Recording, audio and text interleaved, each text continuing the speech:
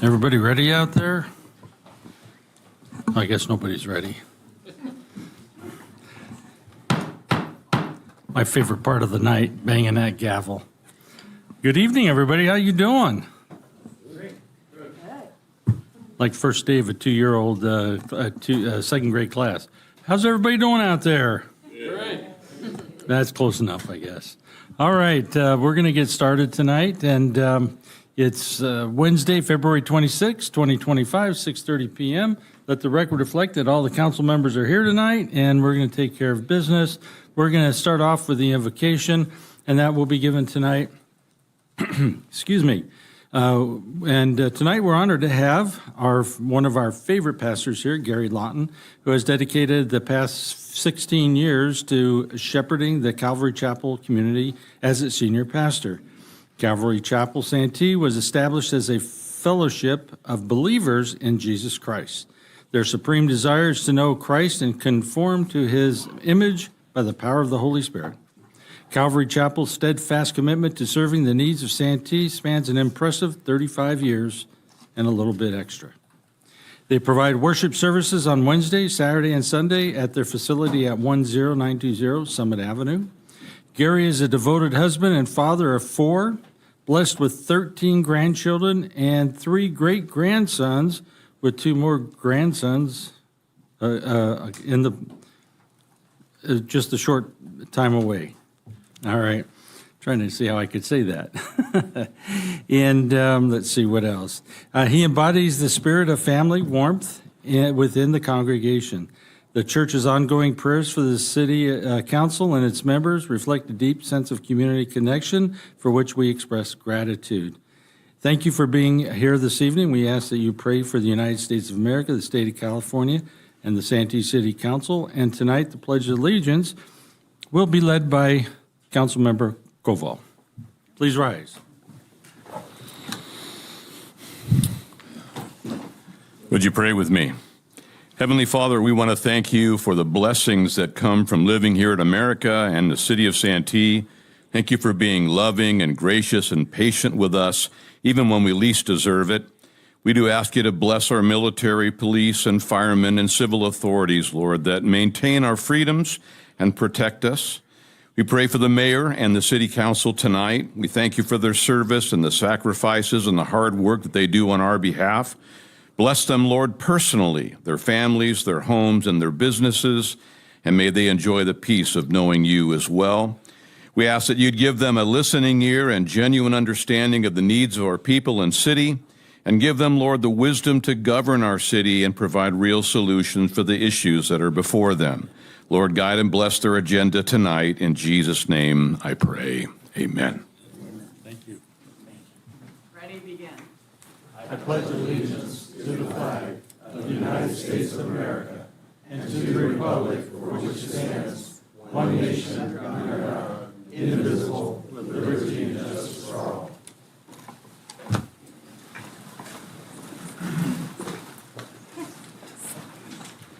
Thank you, Gary.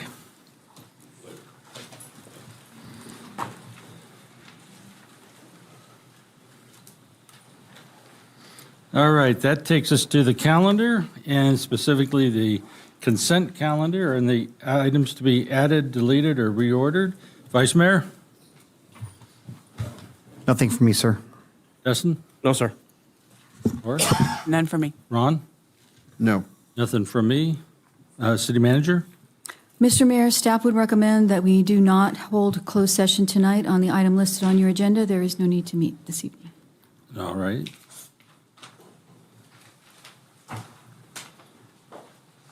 City Attorney? Nothing, Mayor. Or do we have any speaker slips? No, sir. Thank you. Do I have a motion to approve? Motion to approve. Second. Thank you. Please vote.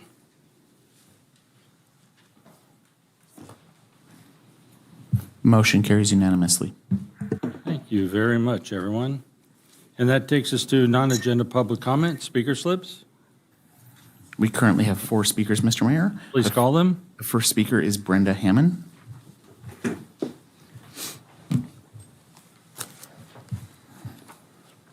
Thought you said we weren't going to take her. Take me.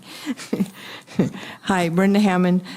First, my hat with all my East County city buttons flew out my car window between here and El Cajon. So I hope somebody finds it and, has fun with it. Or maybe Truth will find it and she could put the buttons on her hat. Well, either that or we can have the sheriff cite you for littering. It's El Cajon. It's El Cajon. Okay. Yeah. Well, it was. Yeah, you're right. Second, while I tell you this short story, I'm going to hand this license to you. It's self-explanatory. I found it. It's 1981. Pay attention to the dates and the back of it.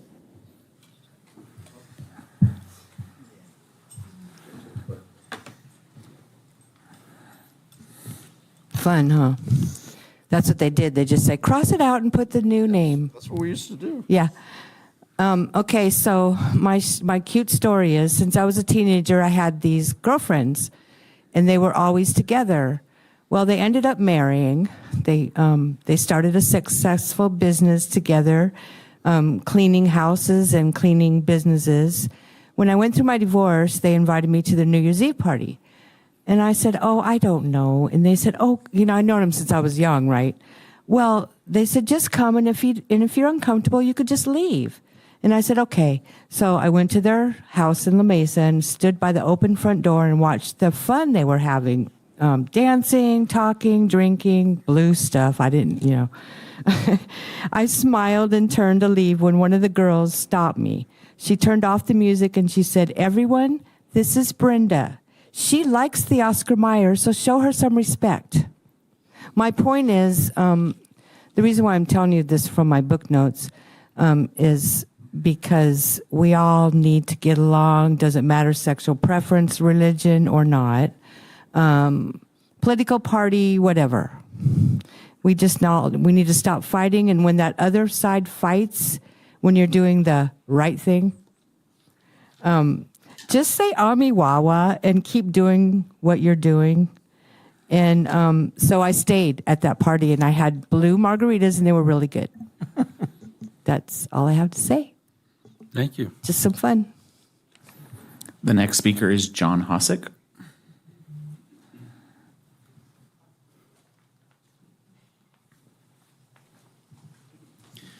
Good evening, Mayor, Vice Mayor, Honorable City Council. It's been a little bit of wit for me to actually come here and speak, but I wanted to speak at the last City Council for a couple different reasons. One, the block grants. I'm so thankful that we actually have block grants still in our city, because I think we're going to definitely need them in the near future for sure. And we needed them prior to that as well, don't get me wrong.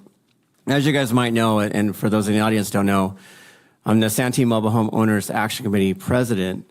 And I know our organization in the last 30 plus years, I know we've never asked for those grants, specifically because the community has actually supported us generously in our endeavors.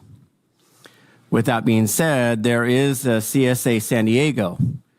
They do housing, and just like SMOAC, their advocacy for the housing for those that are in need. Basically, there's either negotiation rights, rules, so on and so forth. I know that that's something that you're going to vote on today. I'm definitely, as with all of the other block grant people who had applied, they're very much in need. I just wanted to point out the CSA San Diego because in the time I've done SMOAC in the last 15 plus years, CSA San Diego has been a beacon of light for your rights and responsibilities and been great at mediating those necessities. And so I want to speak on behalf of that. Secondly, I wanted to talk about the movement on the fire station and even just a temporary fire station. The fires that I saw in Los Angeles scared the out of me. In living in a mobile home community, there's 12 of them in our city. Those will go up without a shadow of a doubt. And it's not that I'm not upset about the loss of homes. I'm more upset that there's 9 out of 12 that are seniors. That is why SMOAC has been so passionate about, and not only the fact that the firemen are now part of the mobile home community, but the fact that they are so vital to what we do. In that regard, I know there was a debate whether we put it in a park or we take a park or we don't take a park. If I had to choose between that empty lot and having to tell one of my seniors that I represent and that I have to help, oh, I'm sorry, you lost your neighbor. Oh, I'm sorry, you lost your home. And I had a choice between that empty lot or a temporary fire station, I'm sorry. I would find a place for that area, for that environment later, because we are way past due for what we need now. So anyway, I just want to applaud you and thank you for your service. The next speaker is Sharon Bennett.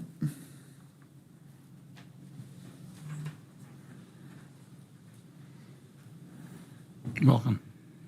Hello. I wanted to bring up a concern about a park over by where they do the fireworks. There's like the park there. There's been a lot of horsing around in trucks late at night. Last week they were pulling around people in a boat in the mud there. If it's not mud, it's dust. The dust can be so bad sometimes that one of our neighbors' child who has asthma had to be transported to the hospital. People, and I talked to the neighbors before, and they said it used to be blocked off and all that, but it's getting worse. The dust and on that's silica. That's not good. The people, we all own homes there. And we pay the rent. Well, I mean, we pay our mortgages and taxes and all this, and it's just becoming an issue. But the kids doing it late at night, and it's like they don't realize that pulling a boat behind a pickup is kind of dangerous. And the dust, sometimes the dust looks like a dust bowl, a storm. And it's just getting really bad. And you can't open your windows and stuff like that. It's just... I'm sorry, where was that one more time? Pardon? Where was that one more time? The dust is really bad. The location. I'm sorry. The location. It's where they do the It's, fireworks. yeah, at the open lot Okay. across from Town Center Okay. Park. They had to clean. They had to go in with a thing to take care of it for the dog show thing they just did this weekend. What time is it that normally happens? And it's taken away from, like, people like to do those plane things. It's kind of cool, but they can't even go in there because, even though it's a toy plane, it has to have a runway. But it's not okay. It's disruptive. It's very disruptive. What time normally does it happen? They have been there last week when they were doing the boats. They were there at midnight, and you hear them revving. It's really bad because the places are very quiet, and you can hear them. It wakes you up. Is there any day that it happens more frequently? It's happening more and more. Yes. But is it like just the weekends? Is it during the week? Does it Whenever. just seem to be? Whenever they feel like it. No. But if it's raining, it'll happen really bad, a lot. Or if it's really dry, they seem to like to get all the dust going. And I got good pictures of it, too. is anybody calling the sheriffs when this is going on? Pardon? Over here, on your left, on your right. Is anybody calling the sheriff's department when this is going on? I did last year, one time. We need it done every time because that way they can start pinning down the times. Okay. It's really important that you make those calls Okay. and make them a lot. Yeah, okay. Thank you. So to Councilmember Hall's point, the reason that we would like everybody, so please encourage your neighbors to make those calls. Okay. Because when you do that, then we have a log that we can go back to and justify. We can actually pinpoint those time frames and get extra patrols during those times, because once we see it happening more and more during certain time frames, then our sheriff's department knows, okay, these are the key times to make sure we have extra patrol. We only have so much patrol for the entire city of Santee at any given time, so we want to allocate it the best we possibly can. So if there is something that we can pinpoint, it helps our captain make those things happen. So please, please, please encourage your neighbors to make those calls. Okay. Thank you. Thank you. The next speaker is Eleanor Aylesworth Warsh. Hi, thank you. So I live in the same community, Countryside Magnolia. So yeah, it is a problem, and I've seen it, and I'll start to call. But Sharon lives right across the street from that, so she's more impacted. And I wanted to thank the council for helping remove the boat and the and other things, mattresses. The homeless situation is getting better there, so thank you all. But I had one question. I don't know if you can address it tonight or not, but we live next to the Mission Trails community, and I've noticed that there's been a barrier placed there, and, people have already ripped that open. And I was wondering, is that road going to eventually be open? Because I ride a bike and I would love to access the new trail from Cottonwood to the extension of Cottonwood. But because that fence is there and, the community, our community, Magnolia, we don't even know if we should go through that hole where people have, there's been a lot of destruction there. And in fact, the overflow parking, these trucks that swivel, they've knocked down all the fencing there. There's all the fence posts, and it should be actually locked off, in my opinion, except when it's being used. But are you going to? Is that in the plan to open up that street so the people that live on the other side of Cottonwood, like we do in Magnolia, will we be able to go ride along there and get onto the trail that goes under to Walker Trail? Because that would be very nice for us if there was an access for people that, like me, that ride a bike and would like to, right now there's that fence with the green barrier that's been partly pulled off by people. So that's why I came to find out about that. Thank you. Is that Yeah. on the agenda tonight? Yeah? Oh, Okay, different one. no? Okay. But is there a certain office that I could call to ask about those questions? Yes, ma'am, we can give you some brief information. That is part of the area that you're talking about that's completely surrounded by the fence with the green, barricade. That is private property that is planned for future housing development. Right. The piece of trail that's south of the Mission Trails development that's all done now, Yeah. that is going to be opened up, and that will eventually be able to, yes, you can go on that trail underneath the bridge and go over to Walker Trails. It will be an They're extension. going to open that barrier. That will be- trail will, yes, when Oh, it's good. completely finished and passes all of the inspections, that part will be open. Yeah. And then the other area that's completely surrounded, the bigger It's for the dirt area. condos. Correct. That's for Okay. future development. Well, thank you, and you're doing a great job. Thank you. Thank you. No further speakers at this time. Great, thank you. And let's go to item number 7. That's a continued public hearing to assess community development needs to solicit proposals for program year 2025 Community Development Block Grant, or CDBG, and home program funding consistent with the consolidated plan, and finding the action is not subject or project subject to California Environmental Quality Act. Whew, I had a hard time with that one tonight, Bill. Okay, well, good evening, Mayor Minto, Vice Mayor McNillis, and City Council members. Tonight's public hearing is a continuation of the February 12th hearing, and its purpose is to allocate CDBG program funding for program year 2025. This slide shows the 6 applications that were received for public services, the amounts requested, and the amounts these applicants were allocated in the current program year. Based on our estimate of the program year 2025 allocation, $48,600 is available to allocate to these 6 or less applicants. The resolution included in this City Council items directs staff to proportionally adjust, either up or down, the amounts allocated tonight for the draft program year 2025 annual action plan based on the actual amount of the program year grant as determined by HUD. This adjustment would also apply to the administration and public infrastructure allocations.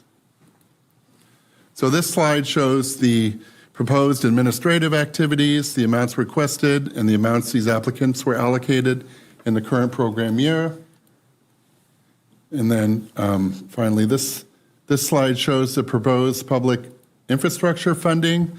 The proposed $210,804 would be allocated towards program year 2025 infrastructure, would be used for a future phase of the citywide ADA pedestrian ramp project. So this concludes my report. The next step in the process would be to complete the allocation worksheets when we can begin when you're ready. But I do believe we have one speaker. Yes, there is one speaker. That would be Deborah Martin.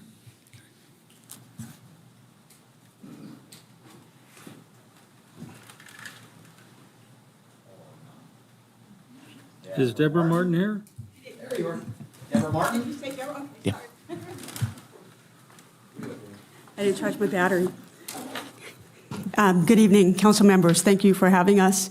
I'm Deb Martin, the Executive Director of Elder Help of San Diego, here for our CDBG grant. Elder Help was founded in 1973. Our entire mission is to provide personalized services and resources that empower seniors to stay in their homes safely, affordably, and with dignity as long as they can. We have over 50 years' experience providing those services here in San Diego County, and focus on supporting seniors who face challenges such as declining health, financial hardship, and social isolation by addressing their basic needs. So we have 7 core programs. We have our care coordination program. We have our senior food and essential pantries. The essential pantries are paper goods and also adult incontinence supplies. We're the only pantry in San Diego that does that. We have our Seniors A Go-Go, or SAG, which is our transportation program. We also have housing services, including resident services and home share, which is our roommate matching program, which we've been doing for over 35 years. Information and referral, family caregiving support, and Are You OK calls were daily check-ins for our more isolated clients. So since 2020, our services have increased by almost 400%. Speaking specifically about our grant request, we are requesting $7,000 for our care coordination program. Our care coordination program meets the CDBG program national objectives and the City of San Diego priorities through serving primarily low to very low income seniors. As outlined in the CDBG national objectives, 96% of our clients are low to very low income and classified as very low income. Our services help low-income seniors maintain their independence and continue living safely in their homes. The combination of financial hardship and isolation often faced by this population creates significant barriers to meeting their basic daily needs, which ElderHelp is uniquely positioned to address. The City of Santee and ElderHelp have worked together about 20 years. We've served over almost 1,000 Santee clients. We currently have 15 clients enrolled in our care coordination program at the cost to us of about $300 a month per client. We also have another 15 plus receiving monthly pantry services throughout Santee and also at one of the mobile home parks here in Santee. What else can I tell you? Oh, we also are a key resource for city staffers. We handle about 60 calls a year helping the staff deal with residents in the communities, also around senior issues. I will say that we track all of our data. So one of the things we're proud of is our clients are 8 times less likely to be hospitalized and 12.5 times less likely to fall due to our preventive nature. Our clients also stay in their homes 10 times longer than the average national average of moving into long-term housing and long-term care. So we're very proud of that. We're very grateful for our partnership. We're very thankful for the work that we've already done in partnership with the city staff, and we thank you for your consideration. Thank you.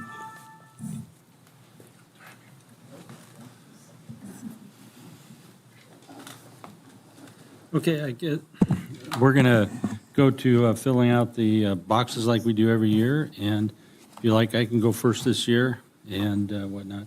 Matter of fact, let's go to the easiest part of this first, which is public facilities. Does that work? Sure, here. Okay. There we go. You need to close your PowerPoint. I'm having mouse issues. Bear with me. That's okay. We have all night. Okay, there we go. All right. I'm going to go with the 210,804. And I will also go with 210,804. Ditto. Rob, did you want to? Oh, that was a ditto. It's a ditto. I'm sorry, I didn't quite catch it. Same. Same. Okay, we do have a consensus on that, and we'll vote on all these at the end. And then we'll go to the administration fee, and I have 43,800 and 21,000 for the total of 64,800. Concur. Match. Laura? Yes, How many same. words can we use? And Ron? All right. All right, just plot along. I told you those are the easy ones. Yeah. All right, then for the, and I'll try and go slow enough for you to get all these, Bill. All right, for Crisis House, I'm at 3,600. Okay. Elder Help, 5,000. Meals on Wheels, 5,000. Santee Food Bank, 25,000. Santee Santas, 5,000. Voices for Children, 5,000. And that should come up to the 48,600. Am I next? Are we going to order this? Or I can go. What do you want to do? I don't know. Vice Mayor, why don't you go ahead? You go. All right. I'm just looking Let at this you thing. start making some consensus. We'll be the rebels. Yes, sir. I'm going to go with Crisis House 5,000. Elder Help 3,600. Meals on Wheels 5,000. Santee Food Bank 25,000. Santee Santas 5,000. And Voices for Children 5,000. Okay. Dustin? Crisis House 0. Elder Help 5,000. Meals on Wheels 5,000. Santee Food Bank 28,600. Santee Santas 5,000. Voices for Children 5,000.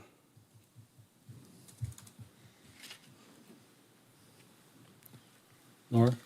My printer died, so I hope these are the right amounts. But Crisis House, 5,500. Elder Help, 5,500. Meals on Wheels, 5,000. Santee Food Bank, 22,100. Santee Santas, 5,000. And Voices for Children, 5,500. Wow. Does anybody want to negotiate on the flip-flops of the elder help and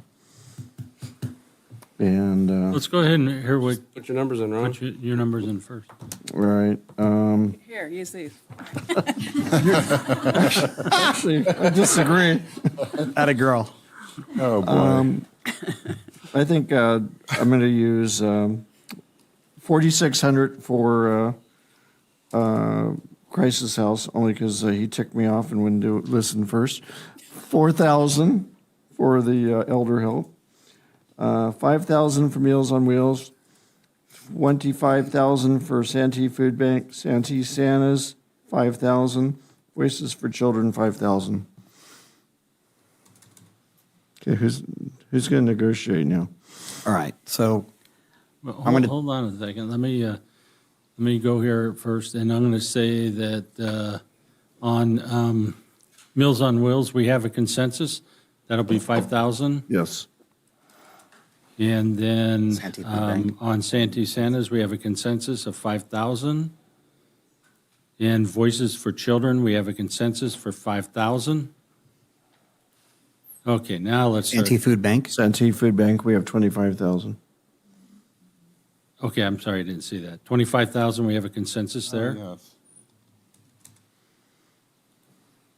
Okay, now we need to distribute that $8,600, and that So- will be between Crisis House and Elder Help, so, no. Gee, if you 1, cut 2, it down the middle, 3. you'd end up with my numbers. I'd like to discuss this. Yes. So Crisis House, that's that's our de facto place for our displaced individuals. And I think that is something that we should be funding. We don't have a homeless shelter in Santee.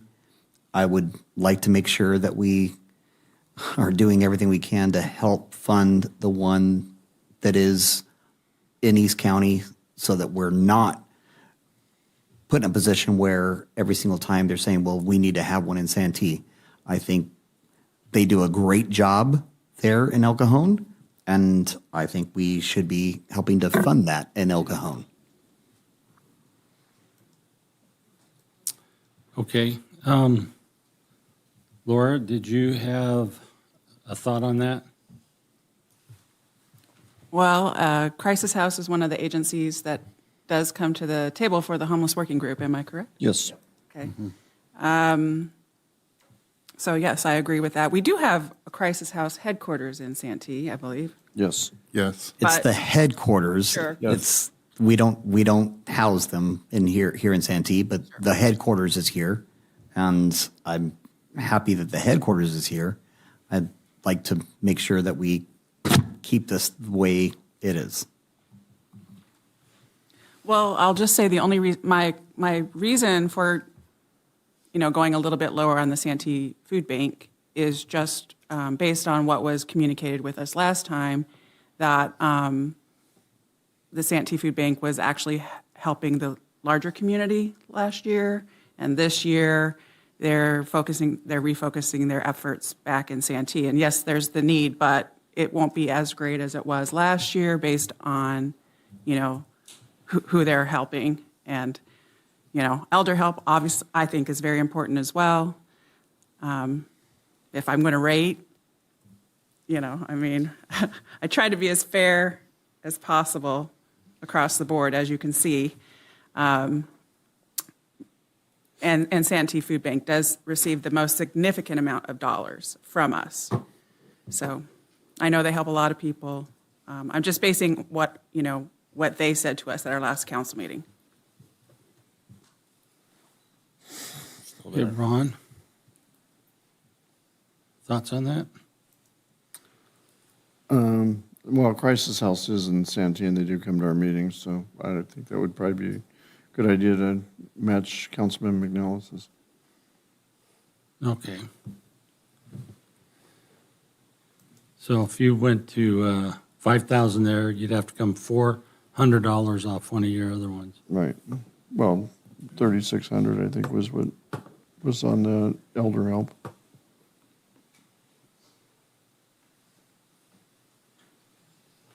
Do you want me to put 3,600 under elder help? Put it under mine right now. Make mine 5,000 and 3,600.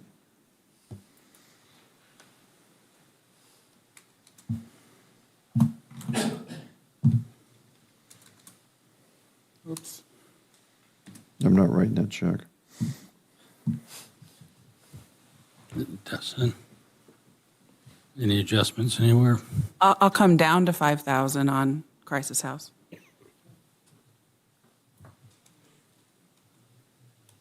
Consensus. Okay, well, we need to locate that other $500. No, ma'am. Thank you.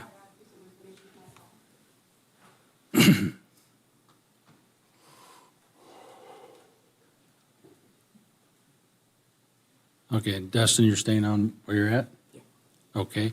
Well, We have then- consensus at 5,000 at, Pardon me? we have consensus at 5,000 on Right, crisis. and we'll deal with the other one. So we'll make that consensus at 5,000. Okay, let's see what we can do here. Have 3,600, 3,600, 5,000, 5,000. So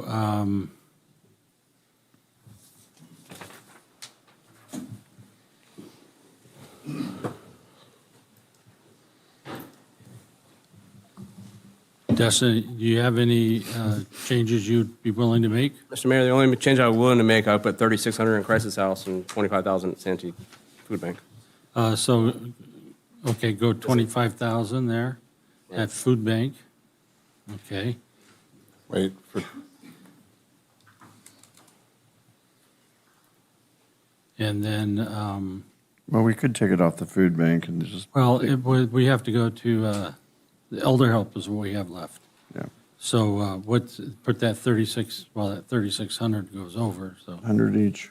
Get your check. Oh, that would be, no, that would be 3,600 on Crisis House. okay, Right. whoops. 36.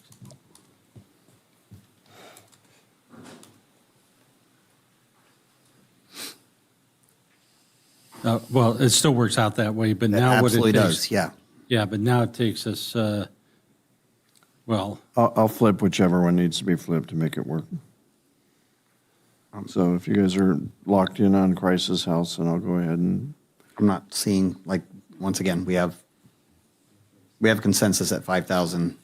If Paul flips us, you don't. Oh, well, again, we could take some money off the Santee Santas. What are you talking, what, $500? Let's take $500 off of Santee Santas and give it over to the elder help. here's a recommendation. Laura, if you were amenable to this, take $500 off of the elder help. That gives us a consensus of 5,000 each.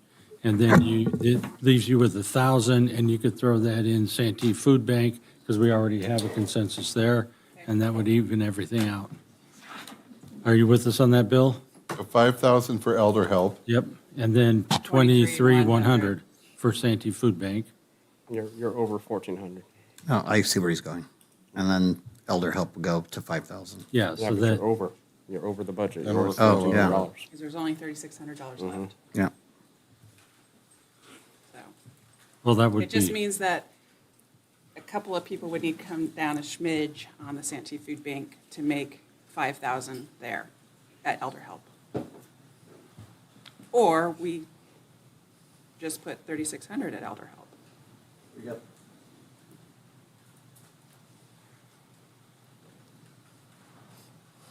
okay, here's a way that you could do that. Me personally, I'd rather see the 5,000 for elder help, because they do a lot of good things. $3,600. Mr. Mayor, I'm okay with that. With the 5,000? Yes. So McNella's flip-flop those two? On Santee Food Bank and Elder Help. And I'll match that. Oh, to flip it? Yeah. Okay, go there, and then for Christ, Crisis House, go to 3,600. No. Yeah. Okay. no. Sorry, misunderstood. So, Like that, Councilman McNellis? That is correct. Okay. okay, so now we're over by 36, so there has to be a change. No, I'll match. If she wants to change, I'll match. The 23, Right. yeah, the 23.6 on Santee Food Bank.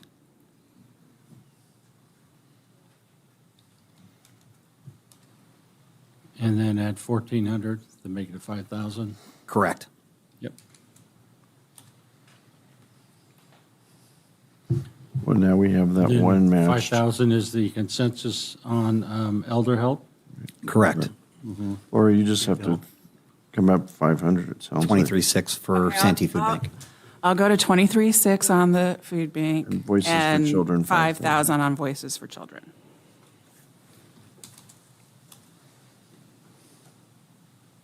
Very bottom. I got it. All right. So that, Okay, and then that's 5,000. Yeah. That takes away $1,400, then, oh, okay, I see what you did. Okay, so we do have a consensus on everything then. Motion to approve. Okay. I have a Second. motion to approve the CDBG funding opportunities. Is there a second? A second by Hall. Please vote. My Motion finance, carries everybody. unanimously. Thank you, Bill. thank you. Thanks. And by the way, we wish we had enough to fund everybody fully for your requests. We just don't have that ability. So thank you for your patience. Thank you for being here, and thanks for helping the communities.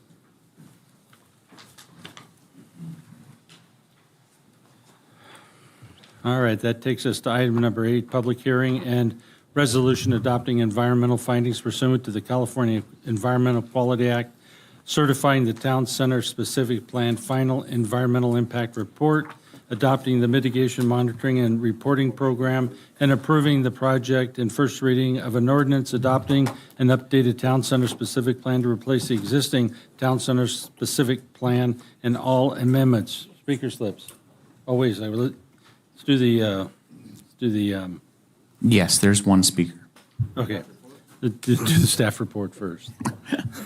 Well, and I promise I won't make you do any math. So. Well, I heard somebody over here saying something about moving the, approve that right away. So it threw me off for just a second. Well, no math, so we're ready to go. Good evening, Mayor, Vice Mayor, and Council. Tonight, staff and our consultant team are pleased to present the Draft Town Center Specific Plan and Environmental Impact Report. Here you can see the consultant team that has been working on this project. All the names that you can see next to the asterisks are people that are in attendance tonight. We are really, I don't know, I think we keep saying pleased, excited, proud, but we really are of the effort that we have gone through the last couple of years to ensure that the community's vision for the heart of Santee is captured within this document. So you're going to see a multi-part presentation. You don't get to hear me the whole time. I know you're all relieved, but we will start with Mark Steele, who's going to talk about the visioning effort and what you'll see within the plan itself. Thanks, Sandy. Hello, everybody. It's been a while. There.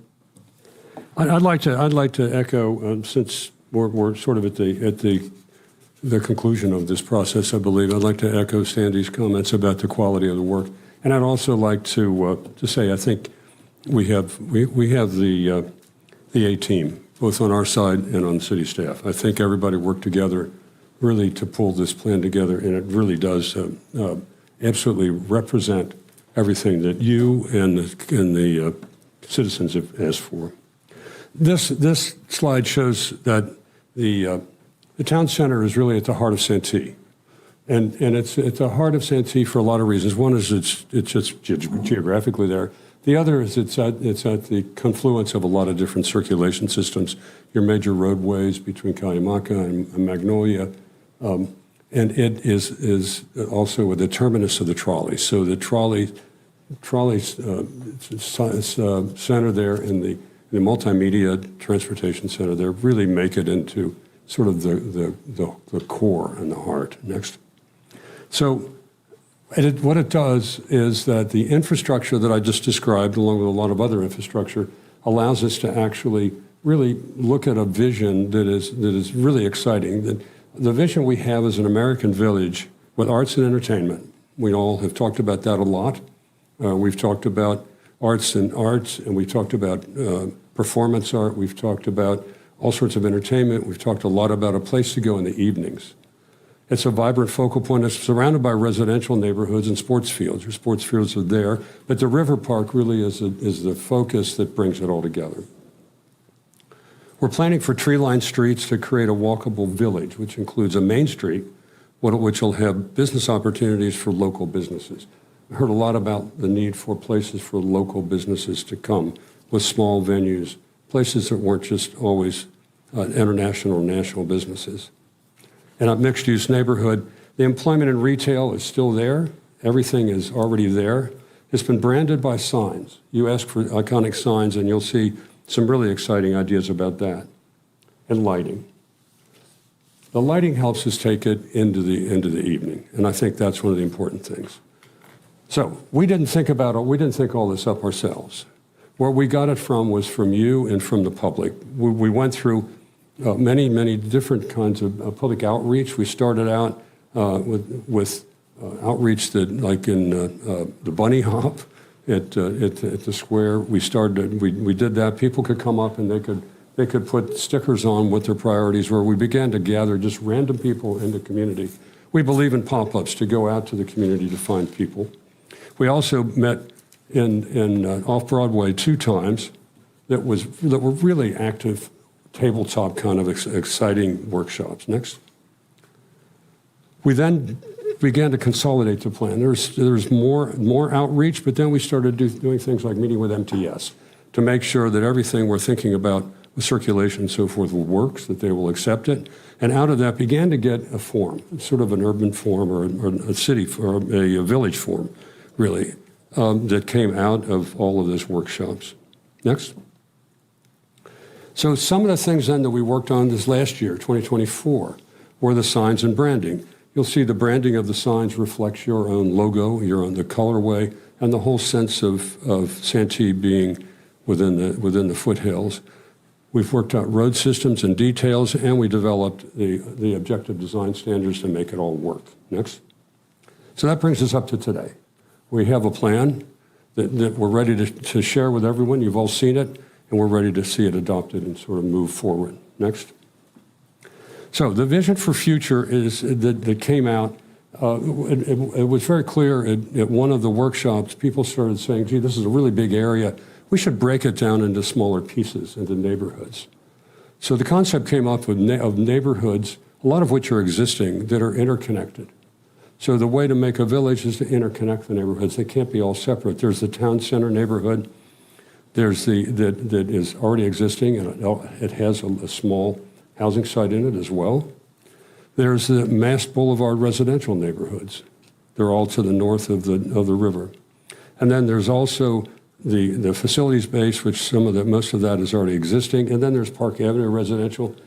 And then there's the arts and entertainment. The Arts and Entertainment Center really becomes the focus of it, as you all know, with theater uses, with housing, with commercial uses, entertainment, and even parking. Next.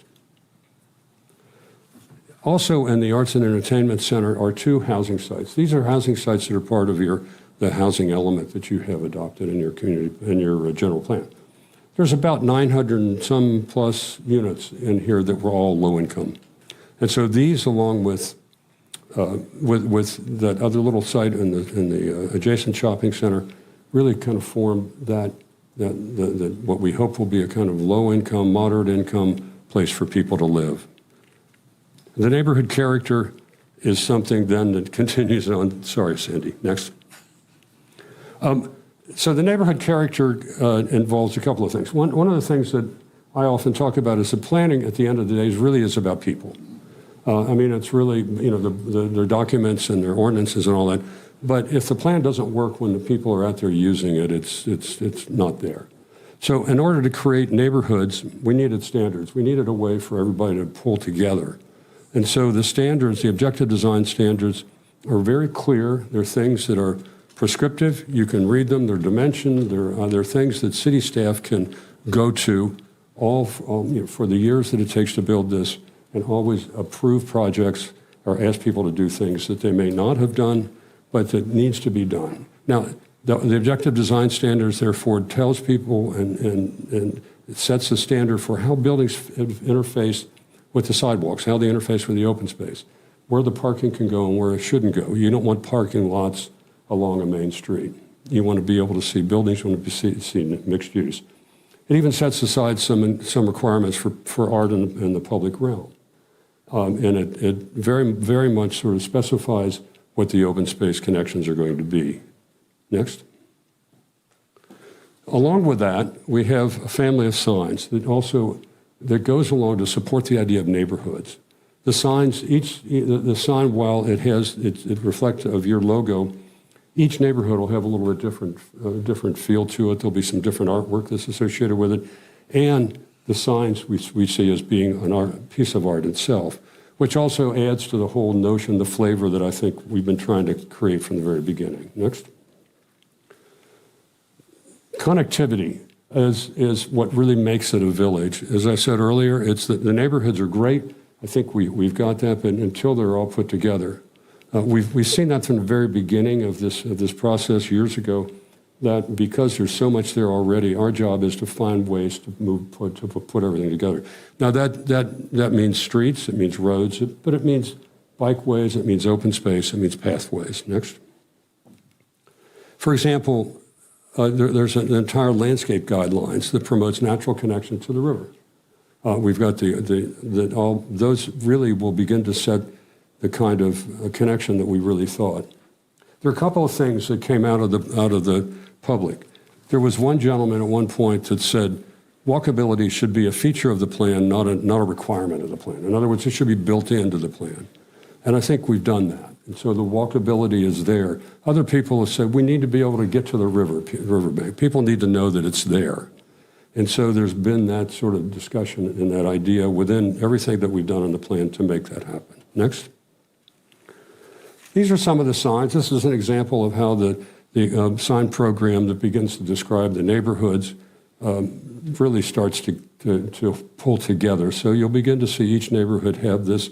You'll notice there's some art that goes with it and a sense of being that's unique to each neighborhood, along with lighting. Next. One of the coolest things about the connectivity that we've worked a lot on is the whole notion of the pedestrian bridge that connects Trolley Square across the river to the Sportsplex. We know that that's a wonderful spot. We know that a lot of people have talked about, how do I connect? How do my kids and I go? We play some softball. How do we get back across to have something to eat or to do something else? And so we think that this is a really important piece of the whole plan. And this plan also, just carrying forward the whole notion of arts and entertainment, this walkway, this sort of little bridge, also has places for you to stop, look out over the environment, but also places for some art to be engaged and integrated along with it. Next. The next speaker will be Santee. Thank you, Mark. So important to us was to translate the community's vision about neighborhoods into our land use map and our land use designations. So what you see here is how we want to achieve those visions for the neighborhoods. The zones or the designations are not always the same, so you might have institutional uses that are in a facilities-based neighborhood, but all the land use designations should implement the neighborhood's vision. Also, when we're looking at the existing commercial uses that we had within our code, we said we wanted to have more flexibility to allow for different types of uses like galleries, museums, alcohol-related establishments, food halls, artist studios. And so we came up with trolley commercial and entertainment commercial land use designations that are new for the town center specific plan. So holistically, we wanted to create a framework that would allow new development and improvements to clearly indicate to the community what we wanted to achieve. We understand that development is going to happen project by project, and so it is a partnership between developers, local businesses, and the city in terms of how we would implement. So we intend to look for grants where they're applicable for particular parts of the plan. We'll look for development as it comes in to ensure that their impacts will be mitigated and in line with what we have in the town center specific plan. We'll also look as we maintain city assets as they turn over, that we are creating or purchasing products that are in line with our town center specific plan. But council also has the opportunity to ask staff to say, hey, can you include some projects in the CIP so we get an idea of what the cost might be for things like street lights or the sign program. So instead of trying to do one sign at a time, maybe we say, let's create that family of signs together. Let's get a cost. Let's figure out where it might fit in CIP. And that's our commitment and contribution to that partnership. We would also be able to consider things like the pedestrian bridge, right, which might be a big dollar amount to do solely, but maybe together in CIP over multiple years, we would have an opportunity to put something like that together. And we've started coordinating some of the public art efforts already and looking for places where we could create additional recreational opportunities within the community. So we are excited to see this plan come to life and to really take the community's vision into these neighborhoods and implement them. Next, I'm going to pass it over to Yara to talk about the environmental impact report. Thanks, Sandy. Good evening, everyone. I'm Yara Fisher with Helix Environmental Planning. Next slide, please. We've been involved with the project since the very beginning, working closely with staff and with the consultant team to help prepare environmental documentation to support the plan. Early on, we created technical reports and studies like biological resources, cultural resources, and noise, and those helped support the plan as well as the EIR. As the plan started coming together in late 2023, we really formally initiated the scoping process for the EIR. And at that time, we had a public scoping meeting here at City Hall. We did have several members of the public attend and join us. So that was nice. And we also received several comment letters from agencies such as the wildlife agencies, the County of San Diego. So after we had the scoping process, we prepared internal drafts of the EIR that we worked on for about 6 months. Those drafts were reviewed by city staff and by the city attorney's office.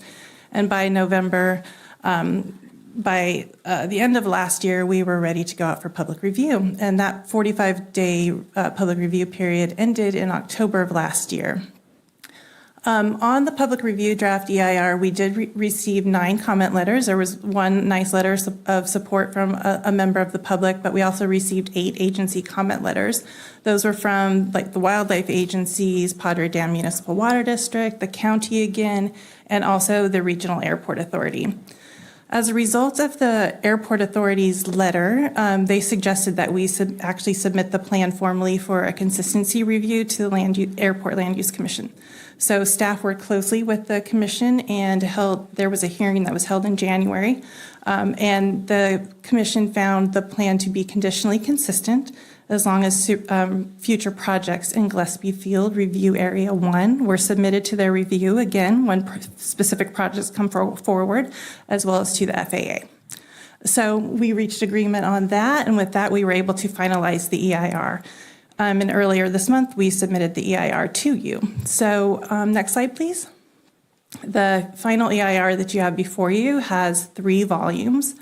The first volume summarizes sort of the process a little bit, what we went out for public review, includes all of the comment letters and responses to comments, as well as a mitigation monitoring and reporting program that would apply to future projects.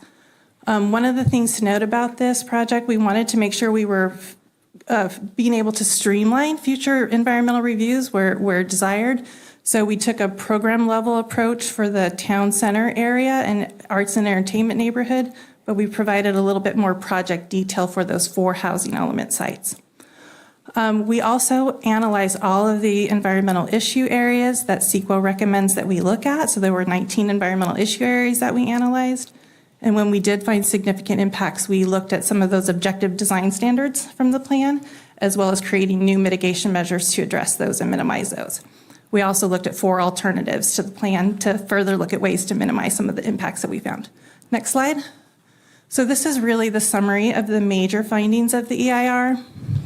Of those 19 issue areas, at least half, there were no impacts or there were less than significant impacts that we found. There were a few issue areas that we did find significant impacts, but we were able to identify mitigation in the form of those objective design standards and mitigation measures. There were a few issue areas that, not surprising at a program level, big project sort of approach, that we do have some significant unmitigated impacts. And one is air quality down at there at the bottom. That's related to like cumulative growth. And it's pretty standard for a large project like this to not be able to meet project level standards. And then the hazards and land use planning impacts that you see, those are related to the conditionally consistent determination that we got from ACLU, from the Airport Land Use Commission, to make sure that we were being conservative there. There's one noise impact associated with allowing outdoor performance uses and the potential to exceed some noise levels at different times in order to have community events and things like that. What's the transportation one? The transportation one is limited to, so now we assess vehicle miles traveled impacts rather than like congestion. So usually that's location related. So any project that's outside of a transit priority area in this instance, there's a VMT impact. And we also have Steve here too, that he could probably answer more things, but it's pretty limited to the north of the river and northwestern portion of the city. Because you have the buses dropping off there and you have the trolley ending up there. Yeah, so it's mostly areas that are outside of, I think, a half mile from that. And because we do have those significant unavoidable impacts, we do need to do that statement of overriding considerations. And I think Sandy's going to wrap it up. It's back to me. So staff recommendation is to conduct and close the public hearing and adopt a resolution adopting environmental findings pursuant to CEQA, certifying the town center specific plan final environmental impact report, adopting the mitigation monitoring and reporting program, and approving the project, and conduct the first hearing of an ordinance adopting an updated town center specific plan and set the second reading of the ordinance for March 12th, 2025. Staff and the team are available for any questions. Thank you, everybody, for the report. Speaker slips. Eric Weiss.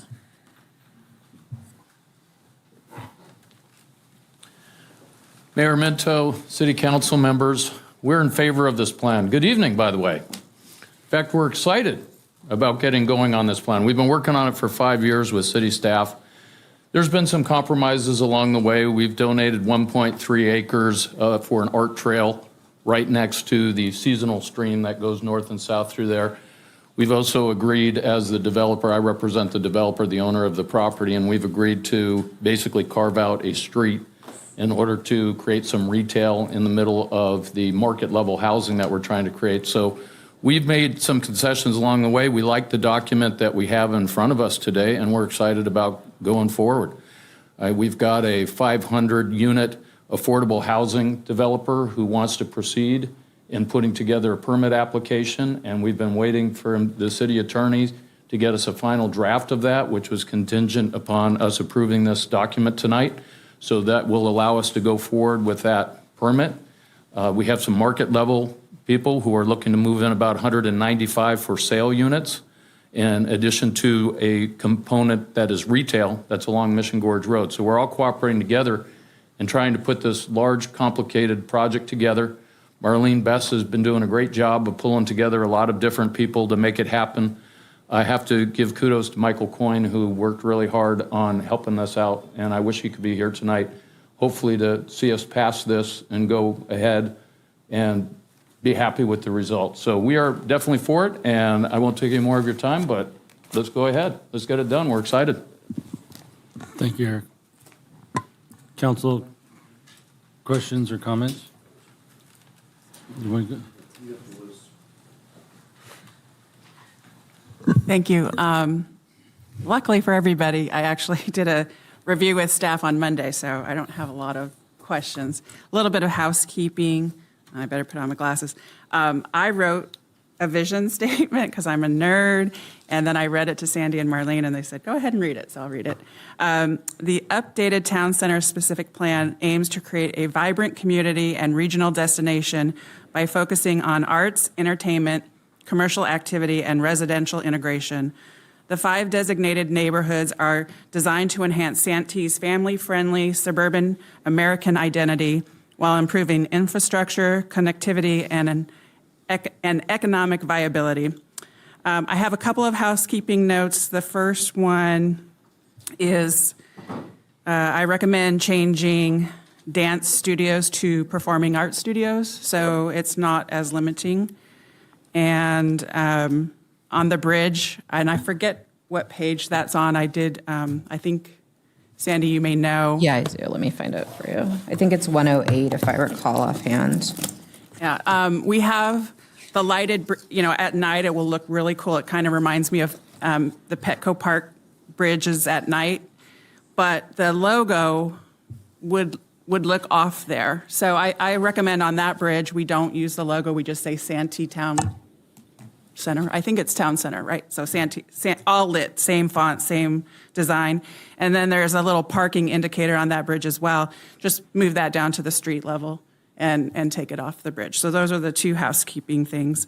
As far as the public artwork, I did attend one of the, Bill, you weren't there, but it's your art meeting. Ad hoc Santee Arts Committee. And apparently we are receiving a grant to pay I think one of the ideas is to paint utility boxes, maybe enough money to paint 2. So I thought, well, that's not nearly enough. So my idea with that is some cost offsetting, and perhaps local businesses would sponsor painting the electric boxes. And I know businesses like to advertise, so we could put QR codes on there and it's almost like geocaching electric boxes, but people could go around and scan it, and learn more about the business that sponsored the box. And two that I thought of, I remember when we had the plane crash in Santee, and unfortunately the UPS driver passed away, that everybody was very fond of, and perhaps UPS would want to sponsor that electrical box. That was one identified in the neighborhood. And then, students at West Hills and Santana could do student art projects. So those are some cost-effective ideas. We have, well, I thought, I don't know, this is just the idea I had when I would drive into Santee Lakes when I used to work there. I just remember the feeling I would get when I would drive into the park and see the water at Lake One. And it's just such a relaxing feeling. And another way I get that feeling is when I'm driving into the valley of Santee from somewhere else, especially at night. So that made me look at the fight songs, or the school hymns, fight songs, whatever, for Santana and West Hills. And Santana has desert winds in green grass valleys, and West Hills has high above the river valley. So just thought it would be kind of cool. Yeah, you guys. Rob, Santana. So I thought it would be, it's something that resonates with me. I think it resonates with people that live in Santee, and incorporating the message of our valley, because that is a unique feature here. And then the most controversial thing I'll say is that there could be a way through this connectivity to connect Mass Park through Lakeside. But let me explain, not with a road. I thought, what if we had a path, a golf cart path that connected potentially Willowbrook Golf Course and Lakeside to Carlton Oaks Country Club via Mass Boulevard. And then I thought, oh, we could look at a bigger picture of that, and we could also connect Santee Lakes, where we have 300 campsites with golf carts, And then we could connect maybe some of those senior parks that John Hossack mentioned, where they do have golf carts, 9 senior parks of the 12, and maybe all the parks have golf carts. And those could, the goal here would to have the golf carts or have the transit, micro transit as they call it at Sandag, off of Mission Gorge primarily. So really between Carlton Hills Boulevard and Cuyamaca for sure, because we already know how congested that is already with vehicles. So maybe those golf carts go down Prospect to get to Sharp Hospital. And then we would have pathways across to get to our new community center that Vice Mayor McNellis and I are working on, and we could have golf cart parking. We need parking for our concerts because, as mentioned earlier, that development is going to go in where overflow parking for our concerts happens to be right now. And, you know, I think it would be fun. But Sandag, I'm on the planning committee for Sandag now. They said that San Diego is going to be an aging community, kind of like Florida over time, which I found interesting, but that also lends itself to a golf cart lifestyle. It could be part of our plan to have pavement signals on the routes that we designate. We could have, you know, signs that have golf carts on it so people know. And golf cart lane. We don't even need already we have bike lanes. A lot of communities are going to bike lanes or e-bike lanes that are, you know, basically traffic lanes. So why not golf carts? Again, at Sandag, and the point of contact would be Antoinette. One of their goals is expanding neighborhood electric vehicle service. And she informed me at our meeting last week that they actually have grants. I pitched this idea, would this be something Sandag would support? And she said, absolutely, and they actually have grants right now for programs just like this, and they don't have enough applicants. So again, it's Antoinette at Sandag for more information. Of course, there would be challenges, and I'm cognizant of, you know, safety risks. You know, we could have accidents, misuse. There would be infrastructure costs, and there's enforcement issues. Just like with e-bikes, there's enforcement issues with golf carts. But overall, electric golf carts would reduce emissions. It's cost savings for the city on city infrastructure. Those vehicles don't weigh as much as a car. It's increasing accessibility, especially for those with mobility challenges. And I think it might create stronger community engagement. It might be a local tourism boost, you know, come to Santee and ride a golf cart around. And me personally, I think it would be fun. So those are my comments. Thank you. You have anything, Rob?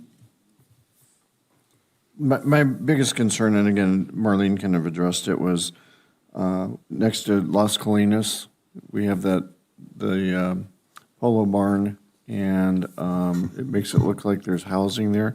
We're in current discussions with the county about making that a park, and I've been assured that they're just making possibilities up. So I just want to make sure that if we can get a park there, let's get a park there, because we don't need a third building or fourth building there. We need a park. And if we're closing West Hills, there you go, we got a park. So that's something to look at.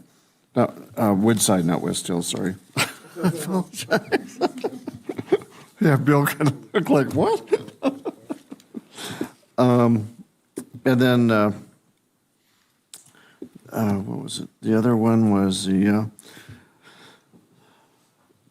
roads. When you go back to the picture with where it's showing the road, I'm not sure if you have that handy.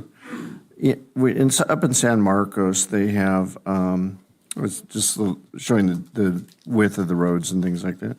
They have paths up there, pathways up there. So one side of the road is cement, the other side of the road is a pathway.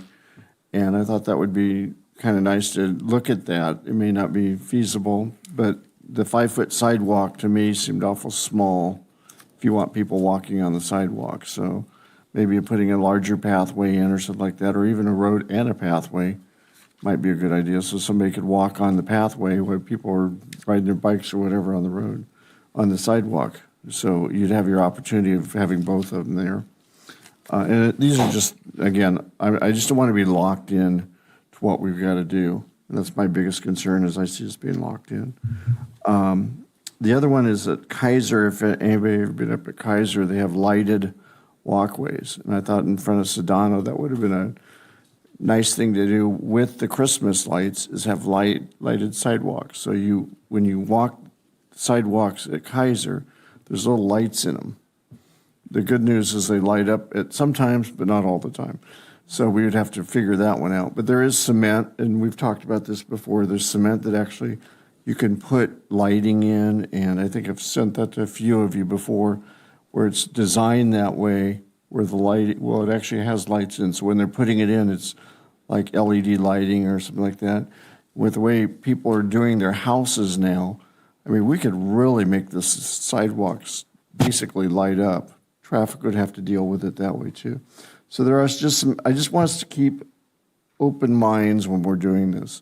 So it's not like, okay, well, you have to put this sidewalk in, it's got to be 5 feet, and this is the best you're going to do, and we're not going to change it. Well, you saw what, if you go by Sedano Chevrolet, I guess it is right now, you're going to see a wavy sidewalk. It's not a straight sidewalk. And that's what we want to start doing. I would have loved to have them put up some lights that matches our center Christmas lights, but that may still be available. But that's some things we need to get the people involved in doing. And I apologize, I keep looking at you, Bill, so I apologize with that. I should be looking at Sandy. So those are some other ideas. Town center would be the bus stops there. I know they want to go to the curb.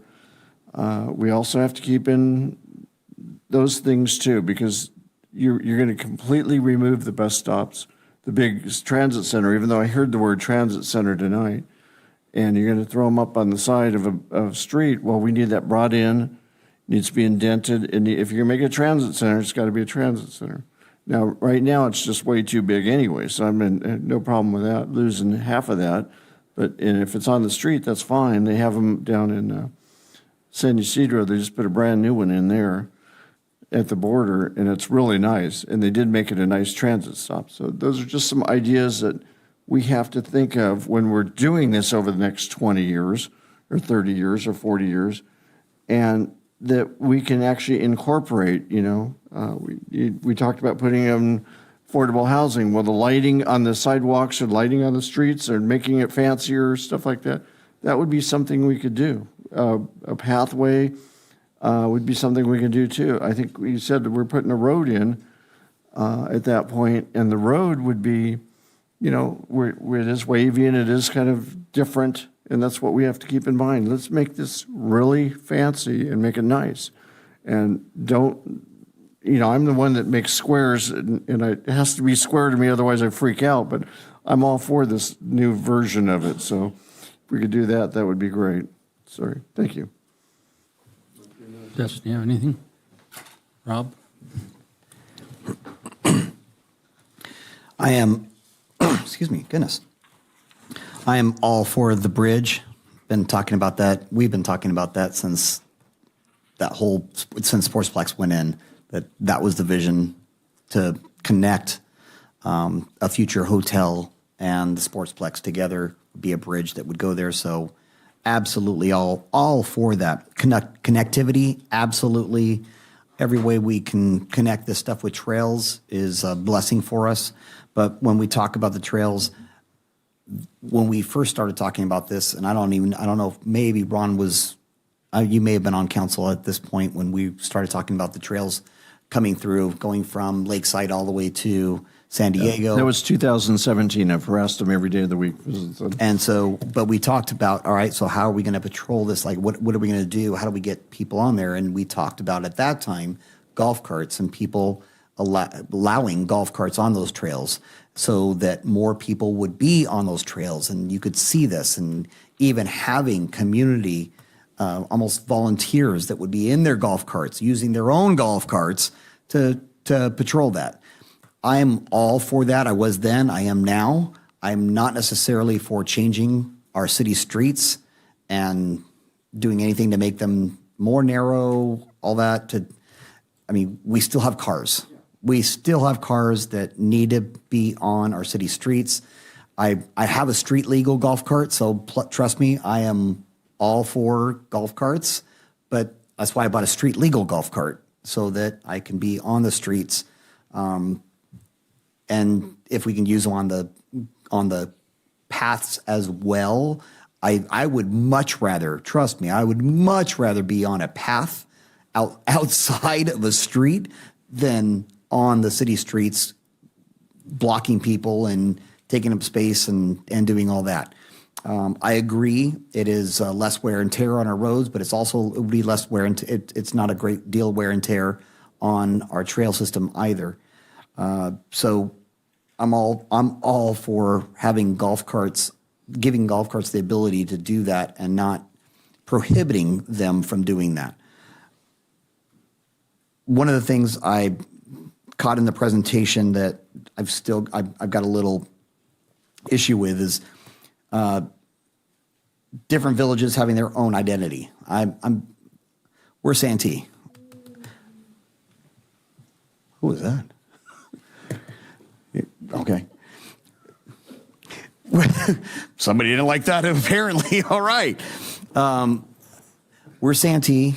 I like having the city of Santee be a unified voice, a unified source, a unified everything. And the more that we try and, this village is going to have its own identity, and this one's going to have its own identity, and all that.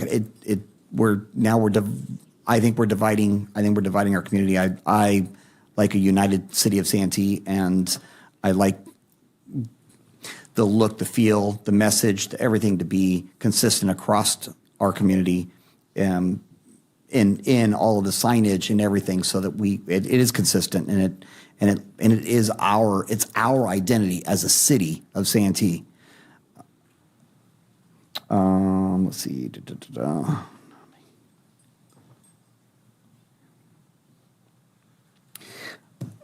Doing this, I understand what you're saying, Councilmember Hall, with regards to lights and things of that in the sidewalks and all that.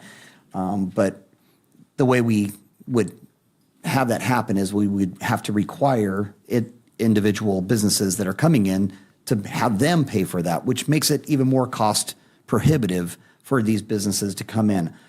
I think we already, I'm sorry, maybe some of you disagree, but I think we make it too difficult for businesses to be in Santee and to start their business in Santee as it is.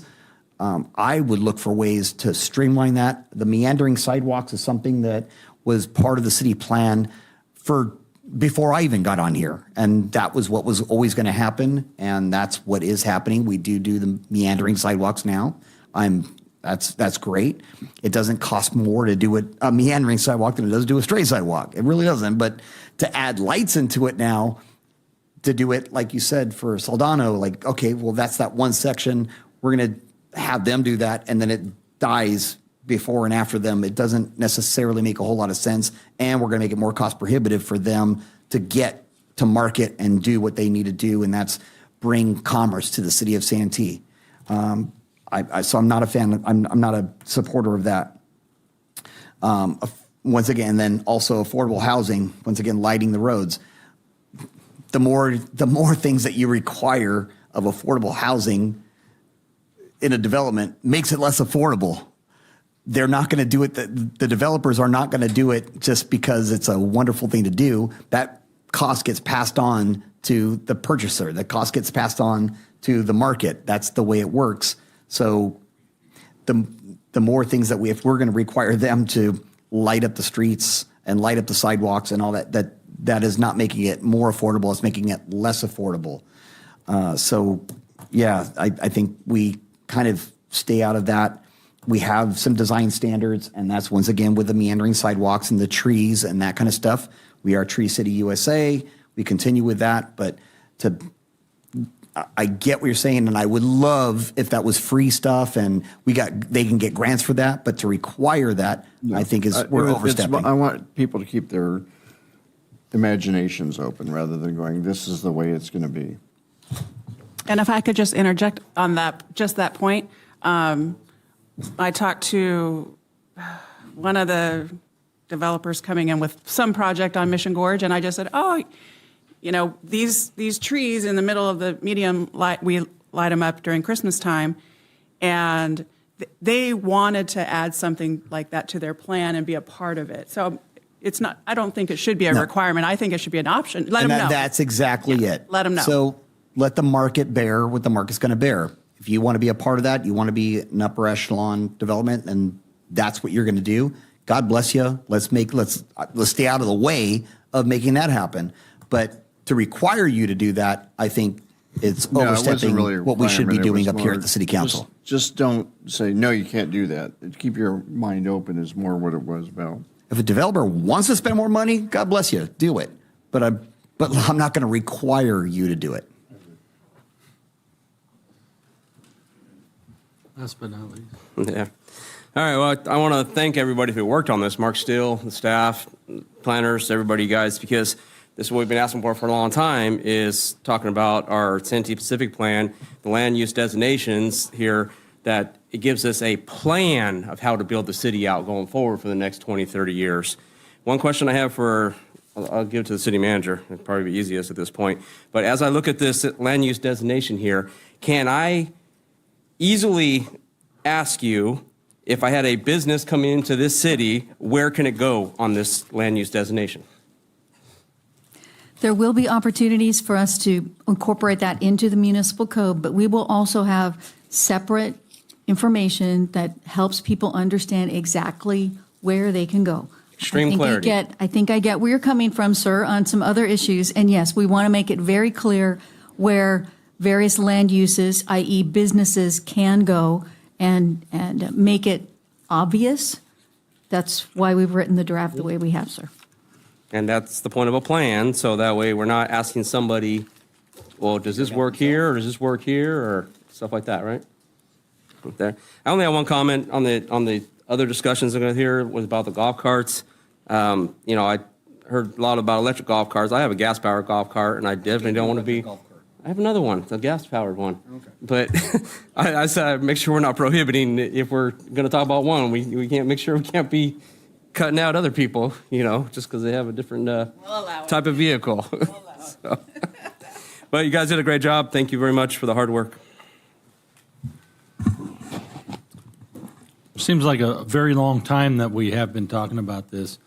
I think we started off really talking about park systems and what they bring to a community. And we started talking about when the San Diego River Park Conservancy created the idea of taking, a path that goes from the ocean to up into the Julian Mountains. And Santee embraced that. And we have more contiguous, is that the right word? Yes. Paths in Santee, trailways, yes, thank you, in Santee than in San Diego or any of the other cities that are along that and in the county. And so this is just one more step in our progressing towards having communities and amenities that are just dynamic enough for people to want to be here. And I tell you that I hear all the time, and I'm sure the other council members do too, is that, you know what, I come to Santee because you have everything I need here. And if you don't have it, maybe I don't need it. And that means that they're going to live here, they're going to shop here, they're going to recreate here, and recreation is part of this. How great would it be to go to this town center and walk into an art studio, go next door and go to get yogurt and coffee or whatever it might be, and just relax along the city street or the city sidewalk. And that's been our vision for a very long time here. And it's not just the council's vision, though. There's a lot of people in our community that have come forward year after year and said, when are we going to do this? And the question has always been, well, what is it you want to do? What do you want to see? And so that's when you talk about the community input, it doesn't just happen at the bunny hop or other types of events. It's every day on the street when somebody stops us and asks us about what's going on, or even businesses that come into the counter and say, I'd like to put a business in here because I think you have something that I can't find anywhere else. And that's what it's about. And so I'm really very pleased with seeing what's come out of this.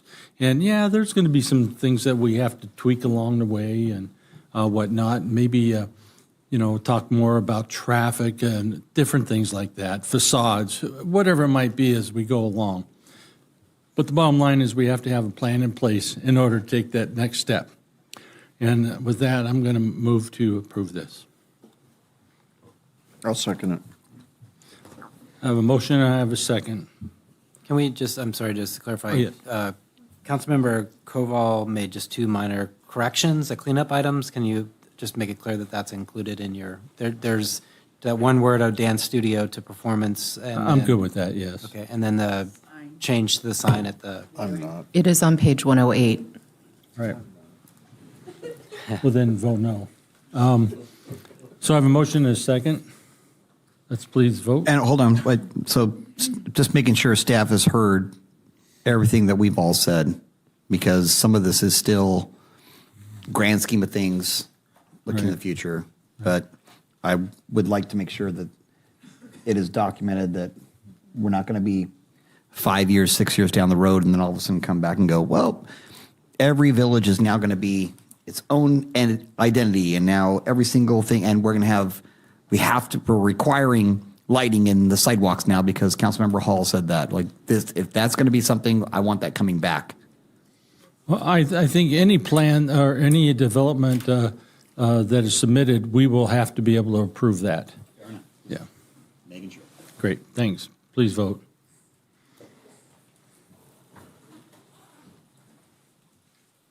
Motion carries unanimously. Thank you very much. Good job. Thank you, thank you, thank you. Thank you, team.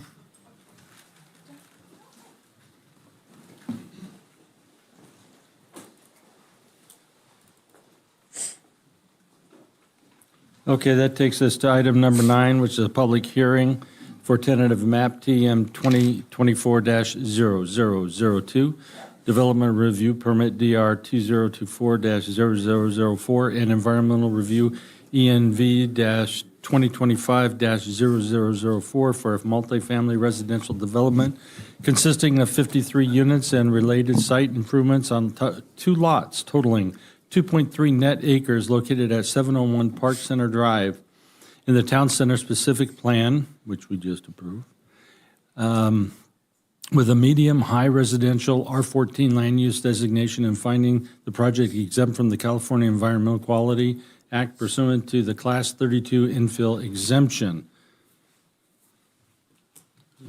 Go ahead. All right. Good evening, City Council and Mayor Minto. My name is Austin Silva. I'm a contract planner with Four Leaf Inc. So tonight, the item before you is a request for approval of a tentative map, development review permit, and environmental review to allow for the construction of a 53-unit townhome development and finding the proposed development exempt from the California Environmental Quality Act. The proposed development is located at 701 Park Center Drive, which is outlined in yellow on on the aerial map shown on the screen. The site is in the Town Center Specific Plan area with a residential medium or R14 land use designation. Surrounding uses include the Edgemore Nursing Home to the south, single-family homes in the Addison Apartments to the east, an auto repair shop to the north, and the Woodglen Vista Creek and single-family residential development slightly perched above that across Park Center Drive to the west. The larger image on this slide shows a different perspective and a different aerial perspective of the site. And on the left, the smaller image shows a street view of the site from Park Center Drive. Just a little background on the site. I'd like to point out that in August 2023, A 54-unit apartment complex was approved, which Westmark Partners LP was the applicant for. The project was not built, and the property was later purchased by City Ventures, who's the applicant for the project before you this evening. This is the layout of the site. The 53 townhomes are dispersed throughout 10 buildings on the site. The 10 residential buildings vary in size with either 4 units, 5 units, or 6 units. There are 3 different floor plans, one of which has a tandem 2-car garage. Access to the site will be provided from one new driveway on the east side of Park Center Drive. The site features common open space in the center of the development and includes an event lawn, social seating area, a barbecue area, and natural play elements for children. This common rec area would be for the residents only, not for public use. The required 14 guest parking spaces are grouped together in different drive aisles to allow for easier access for the buildings throughout the site. A block wall is proposed along the north property line and east property line, and on the south property line, a fence is proposed.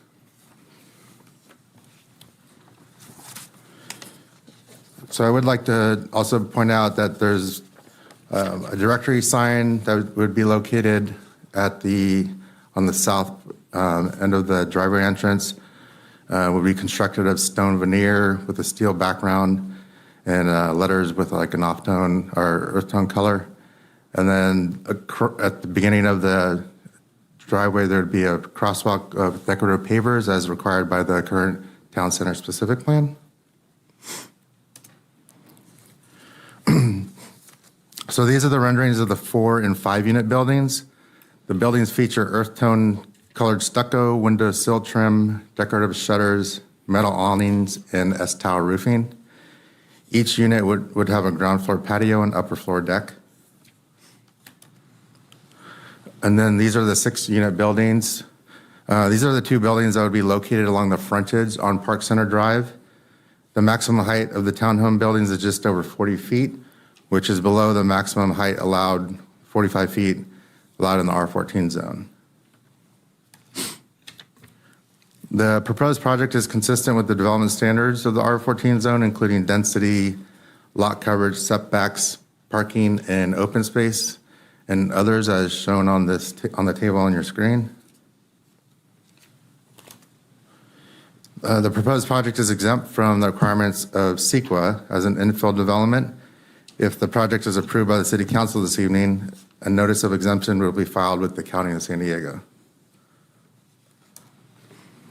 Staff is recommending that City Council find the proposed project exempt from CEQA and approve TM 2024-0002 and DR 2024-0004. That concludes my presentation. I'd be happy to answer any questions, and I'd also like to point out that the applicant is here too if you have questions for them. Thank you, Austin. We have 2 speaker slips. The first speaker is Sean Halifax. Welcome. Mr. Mayor, members of the council, my name is Sean Halifax, and I live at 10264 Palm Glen Drive. My property is the only residential property abutting the current planned development. I'm in favor of the project. I just have a few brief comments. I'm certainly happy to see, I think that these are single-family purchased homes. I think they'll provide for long-term tenants and whatnot next to my property. Downside is there are 3 stories, 10 feet from the property line, looking straight down into my yard. It looks like the development did what they could to orient them so they'll be less offensive to me. We'll see how that works out. I do appreciate, as was the agreement with the apartment project, a 10-foot block wall along my property line to help buffer the noise and lights and whatnot between my property. So I guess in summary, I'm aware of the project. I'll be following, what goes on. I don't know what the timeline is for the project. Maybe that's something that could be shared. The only other suggestion I would make is that, and I think it was raised during the apartment complex discussion, was if the Block wall can go up as one of the very first steps. That would potentially help noise abatement, potentially dust and whatnot. We've been living at our property for more than 30 years, well before Edgemoor, and we experienced a lot of that noise and dust and grating, and it certainly impacted our property at the time, hoping to minimize that from smaller project, 2+ acres, but anything that can be done to minimize the impacts, noise, dust, et cetera, on our property. Myself, family, I have grandchildren at the home, so we appreciate that. That's it. Thank you. Sean, you testified at the other hearing? Last time? Okay. Yeah. All right, thank you. Thank you. The next speaker is the applicant, Eric Miller, and as a public hearing applicant, reminder, they are limited to 15 minutes should they need it.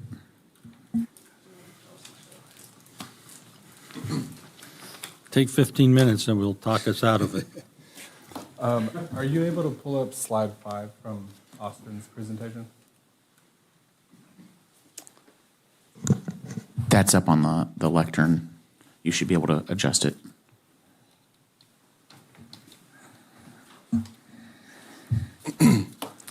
Good evening, Mayor Minto, council members.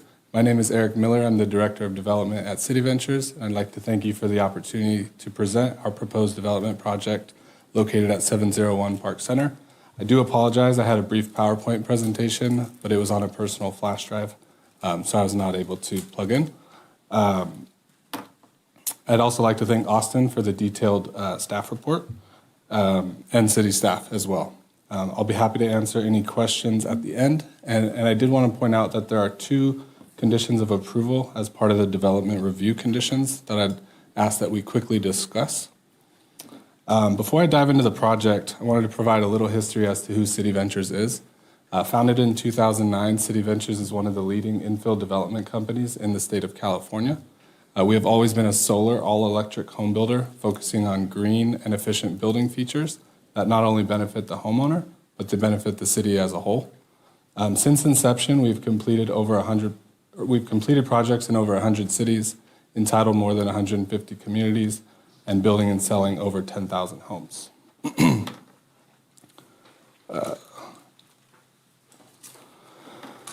So the staff report covered a lot of the project details, so I don't want to be repetitive, but I did want to point out that once this community is completely built out, it will be managed and maintained by a homeowners association.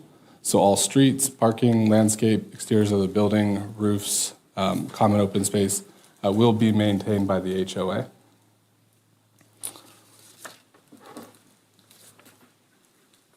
As you can see, this is our site plan, which we've worked extremely hard with city staff to ensure that the design exceeds all city's expectations.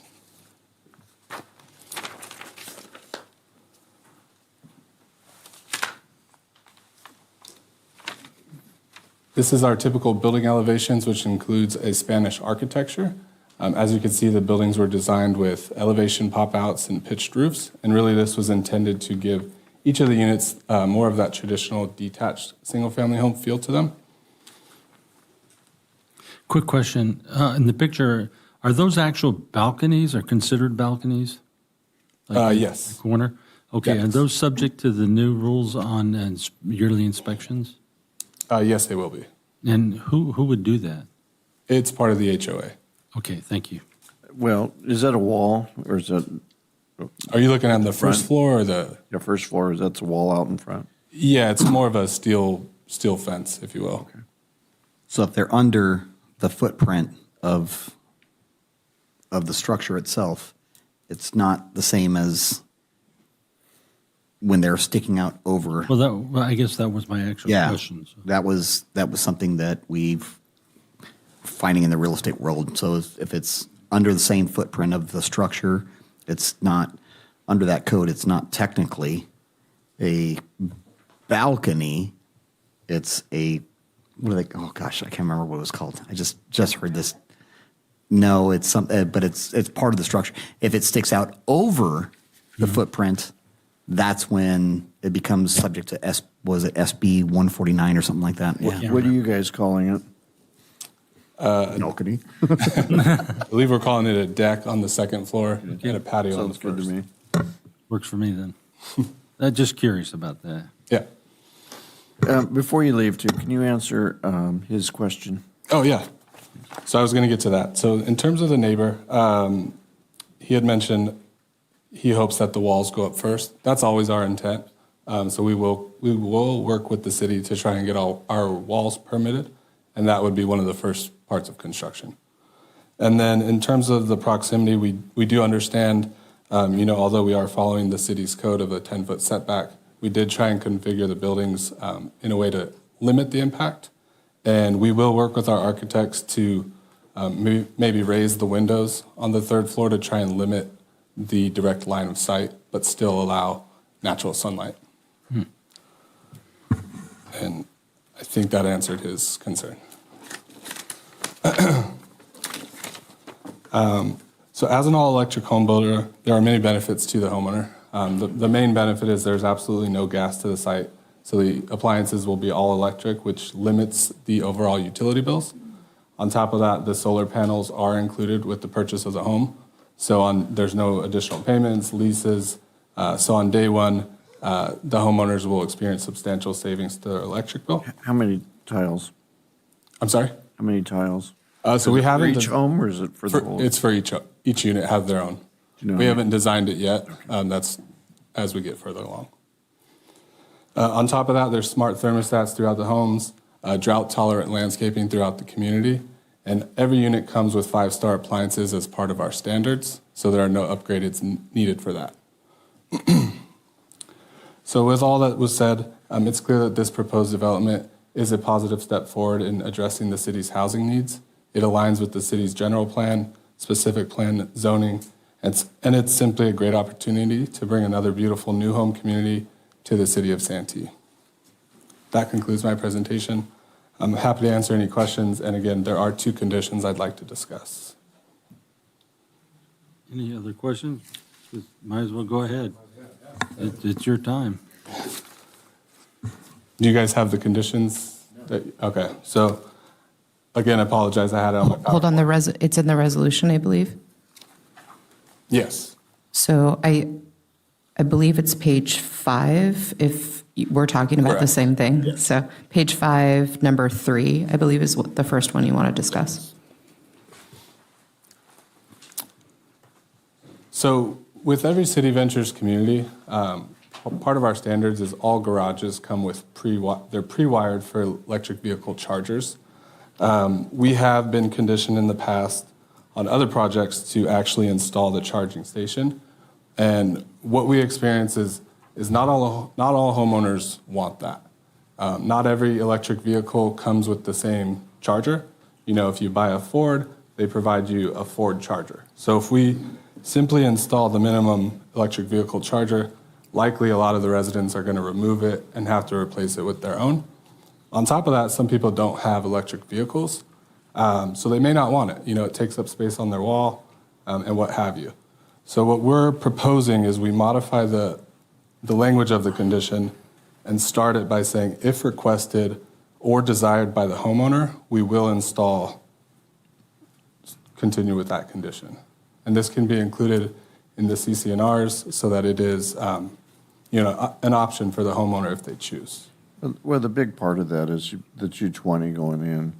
So as long as you had the 220 outlet there available to put the charger in, you'd be fine. Yeah, that's what we. That should be automatic. I don't have a problem with that, but you can give them a credit for not taking the charger. Correct. Nice So suggestion. yes. So I'm glad you mentioned it. that. Should be the electricity should be there regardless, because that's not a big deal to do. You already put. That's what he's saying. Okay, I just want to make sure. Yeah, that's what he's saying. They'll do that. Just doesn't want to put in a specific brand charger because it may not be the brand that you're looking for. Correct. And council member, if I may, you're free to accept that change or not, but just to be clear, that language is from your code. So that's why staff put that in.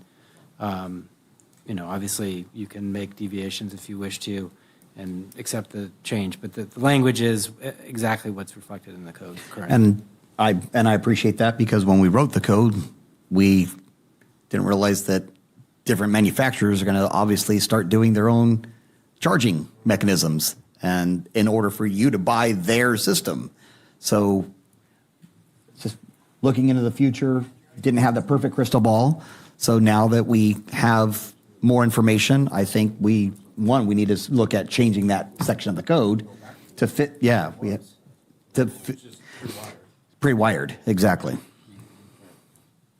Go ahead. You have something else? No, that was it. Okay. Just wanted to make sure. Go ahead. Got that on record.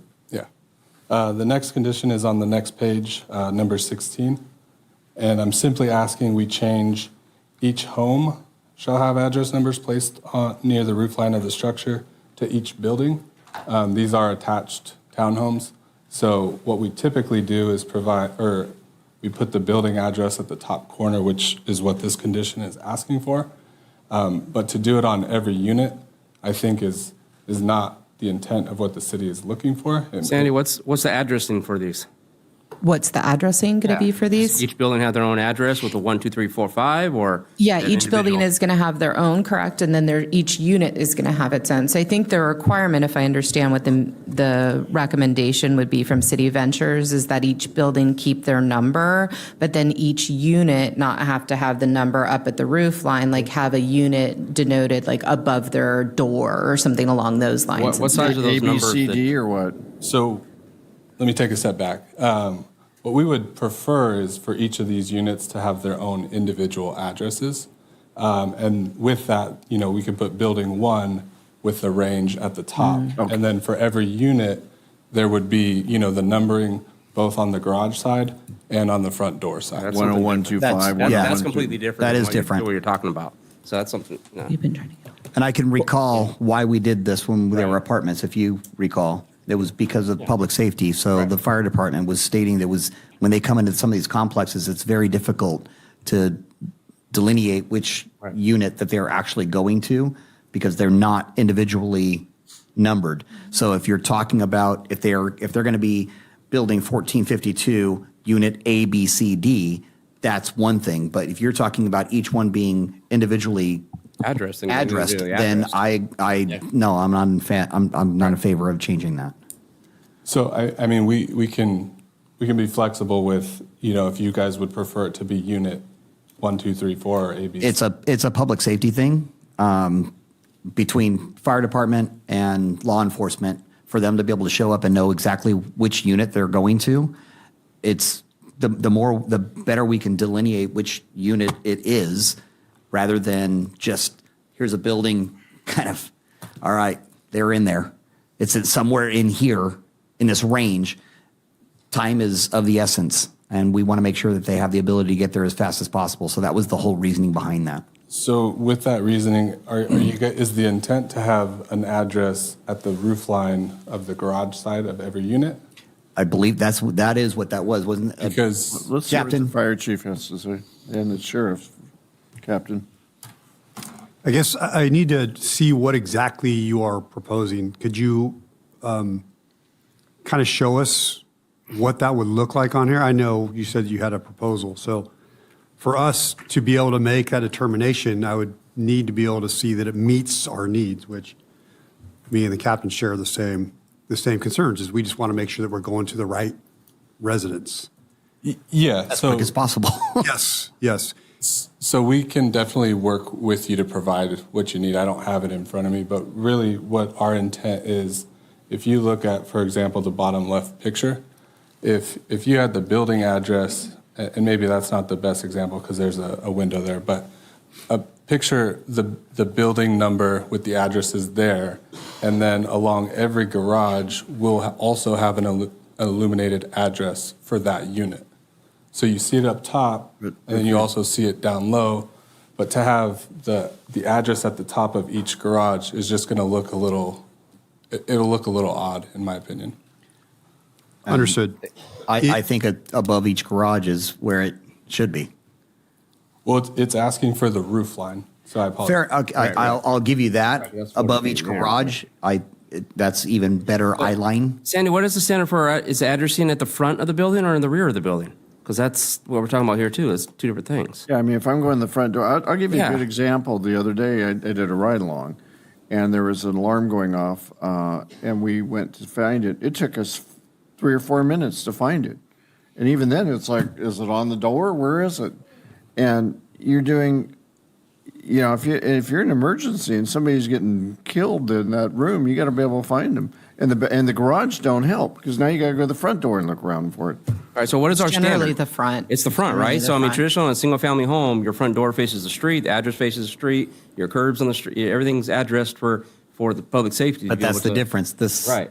The street is actually the garage side. Maybe they could work with public Not in all safety on cases, though. this? Not in all cases. on this. I agree. Just if I may, to clarify, we are proposing to put the address on both the garage side and the front door side. Just not It's the really roof line. just the roof line. And from fire's perspective, I think that we could find a pragmatic, a pragmatic solution to that.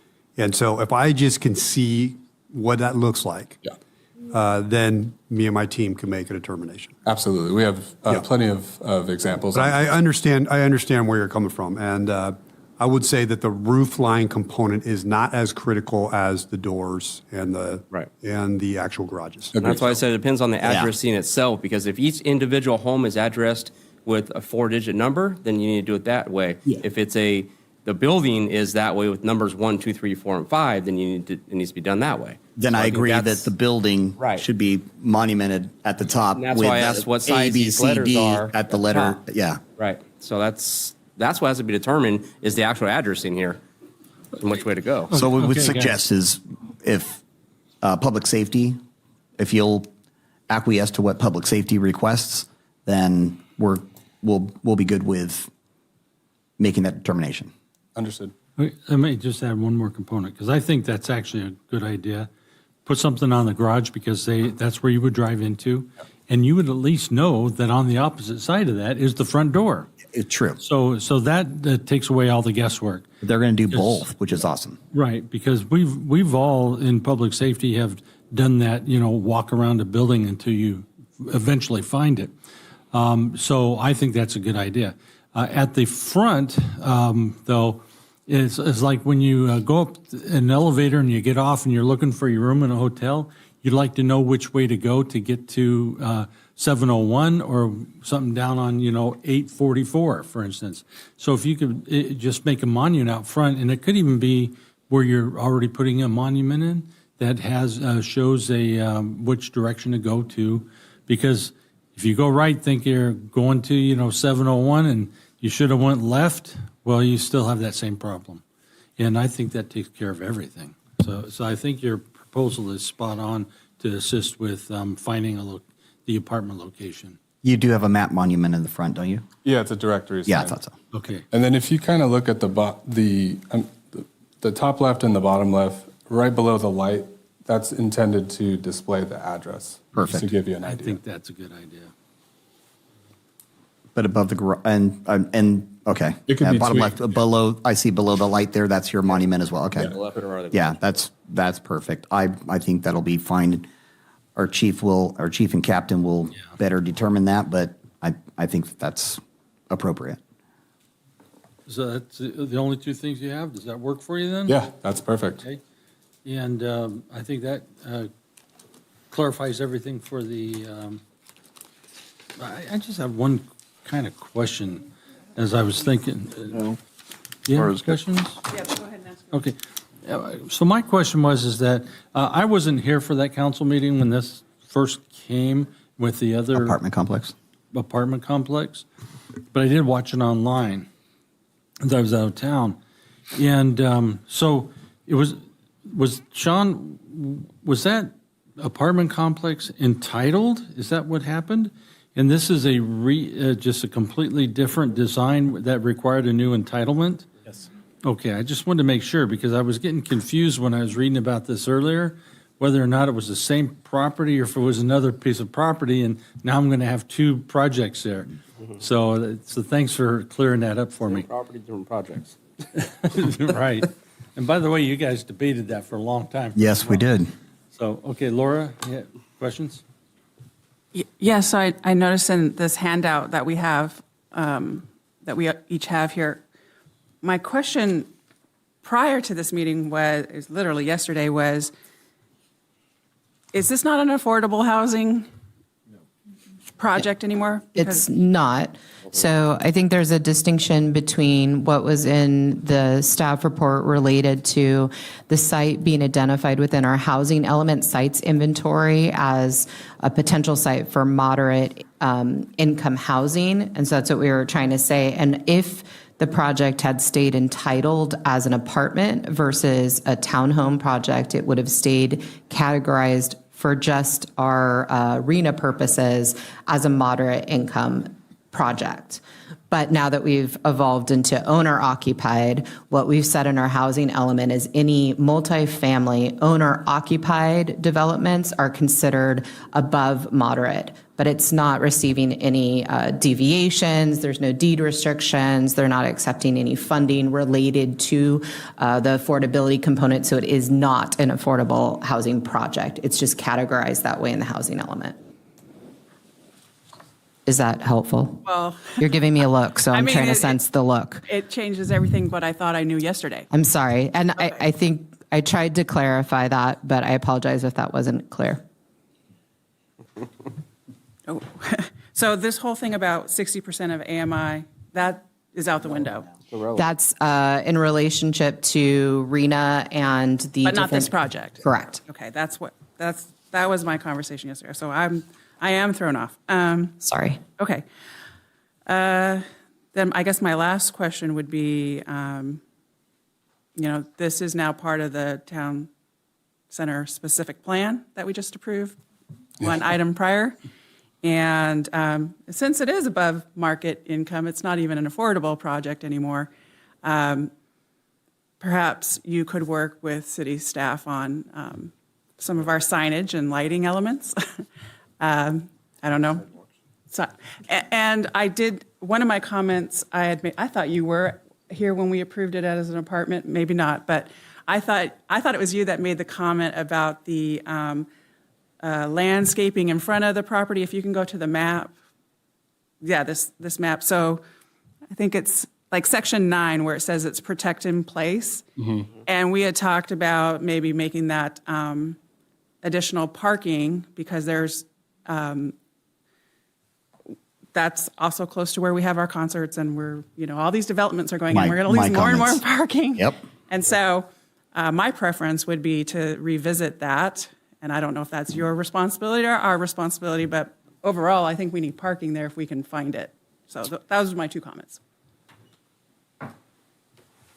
Anybody else? Yes. Let me take that a little further. How do you feel about that? So again, the change to the specific plan was news to me as of Monday. So, we can definitely look into what we can do to help with parking, but to modify, the curb and the landscaping is a significant change. It's more of the signage and style and look that we have in our, you can get with staff and look at that. Yeah, we can definitely discuss it with staff and see if there's a way we can help.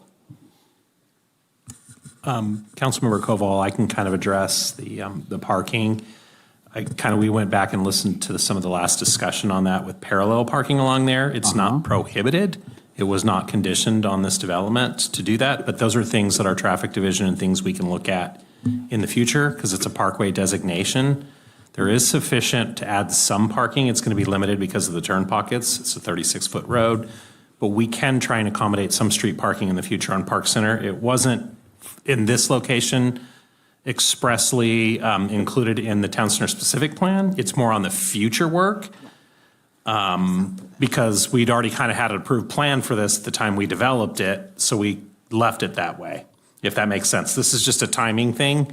All this work all happened before it was approved. We didn't know the timing, so we didn't condition the developer to do striping changes. And But those are things we can easily do at very little expense in the future. But we did discuss it. Yeah, we did discuss it. Yeah, no, we absolutely did discuss it because Yes, and at that time, we were developing the town center specific plan, and we said we would look into it at the town center specific plan. That's what we've done, and there is the ability to do that. Rob, you want to go first? Sure. I would like to see that block wall go in first. Absolutely. Not a fan of the fact that you're not even providing the ability for gas to come in there. As And to be honest, I get you're in California and everything is, oh, we got to go electric. But the reality is our grid can't even take care of all the electric that there is. Especially if you're going to have electric cars, you've got every electric appliance, everything is all electric, and we have brownouts all summer long. And Santee, if you haven't noticed, might be a little warm in the summertime. So not having the ability for gas to just offset some of these things is it's insane for me. But it's your plan. That's whatever the market will bear, I guess. Street parking was the number one thing that I wrote down here because I don't believe that 14 spots for guest parking is sufficient for that many units. Other than in your CCNRs or your HOA standards, I'm hoping, because I think we've talked about this many times, that we require parking to be in the garages. Absolutely. That is included in our CCNRs on every project. Okay. But yet, it's still one of those things that, you got what's the biggest unit? 3 bedrooms? They're all 3 bedrooms. They're all 3 bedrooms. So you got 3 bedrooms. There will be times where you're going to have 4 cars at least for 3 bedrooms because you got 2 adults, 2 kids that are of driving age, but you got 2-car garage. Yeah. So they're parking somewhere. So they're going to be taking up the additional parking spots, and then they're going to be looking for street parking. And if we don't have yeah, it's they're going to go somewhere. So being cognizant of that, providing street parking is something that I think we should be doing. If the street's wide enough at that intersection, and I believe it actually is, then I think we should allow it. It is within portions, but if you can even see in this aerial, there are turn pockets into Edgemore. We can accommodate turn pockets, parking, and lanes. So everywhere where we can accommodate it, we will certainly look into that. On both sides? On both sides, and whatever council's direction, and we can come back with an item if council so desires for that approval. Okay, and I think we've all come to the same conclusion that the EV hookups is great, but not requiring a specific type. So the ability for EV hookups in the garages, I'm totally acceptable with that. And then we've already discussed ad nauseum the addressing. So I'm fine with both of those amendments, if you want to call it that. And overall in support of the project, if we can help out with the parking for not only the residents, but those around, that will make it a little more palatable for me. Great. Yes. Couple quick questions for the resident behind you. He mentioned something about a 10-foot wall. Your wall is only 8-foot wall in the back. Yeah, and I on the east side. You misspoke. Okay. Thank you for the clarification, because I want to make sure we understood there. Why is there only fencing on the south side and not a block wall? So there's a grade difference between our site and the hospital, and there's a ditch that runs kind of along that, I guess, right on the other side of our property line. So it makes it difficult to put a solid wall across our property line.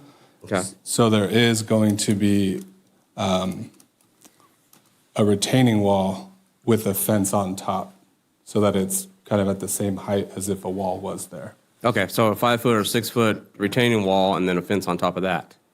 I believe you can kind of see it. The retaining wall isn't quite 6 feet, but there will be a 5 or 6 foot fence on top of it. Okay. One for protection, but aesthetically as well. Mm-hmm.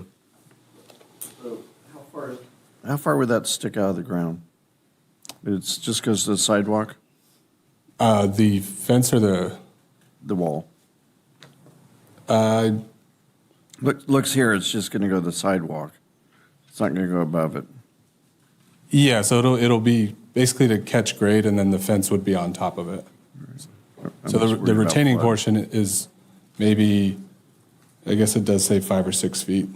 Yeah. It does, but it's as you see the section here, that's what's coming up on the earth. They're holding back the earth there. So it's, Yeah, but I saw 6 foot and 5 foot wall. So, but the wall itself is only basically where the sidewalk, where the grade is, and then the fence is on top. It's basically a minor retaining wall. It's not with a fence on top of it. Exactly. It's not doing anything for the other. All right. Next question I had was on your floor plans here. It doesn't really matter which one. One of these units has a tandem parking in the garage. Correct. Yep. So that's a concern. I don't know who parks in tandem. You're going to store stuff in that front one. You're not. That's what concerns me. Back to the parking issue, right?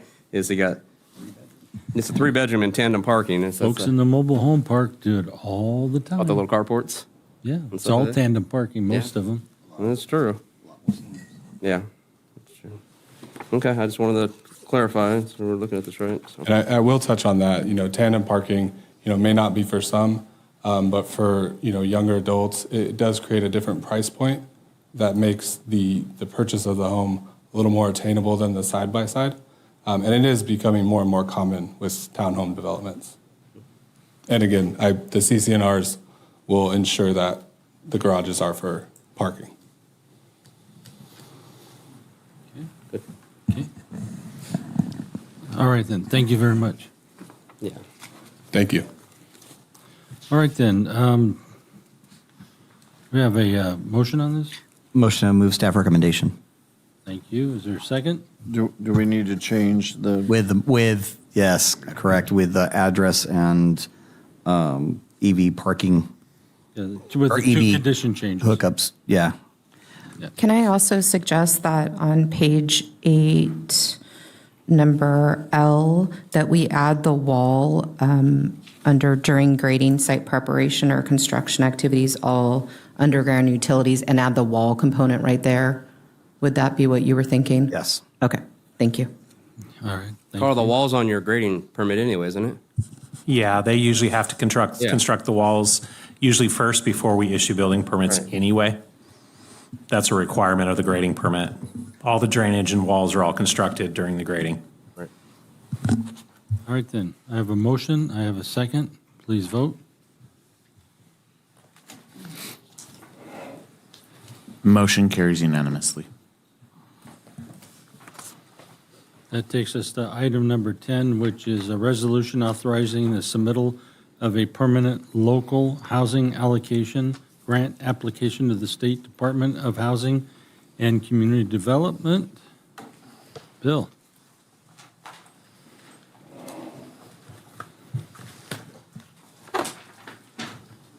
There it is. Good evening, Mayor Minto, Vice Mayor McNillis, and City Council members. The Permanent Local Housing Allocation Grant was created by the passage of SB 2 in 2017. The funding for this program comes from a $75 recording fee on real estate documents and is collected by the 58 counties in California. The PLHA is administered by the California Department of Housing and Community Development, and this is a permanent funding source that is administered in 5-year increments. The city has previously received funding from SB2 through an SB2 grant, which provided $160,000 towards our online permitting system, known as InterGov.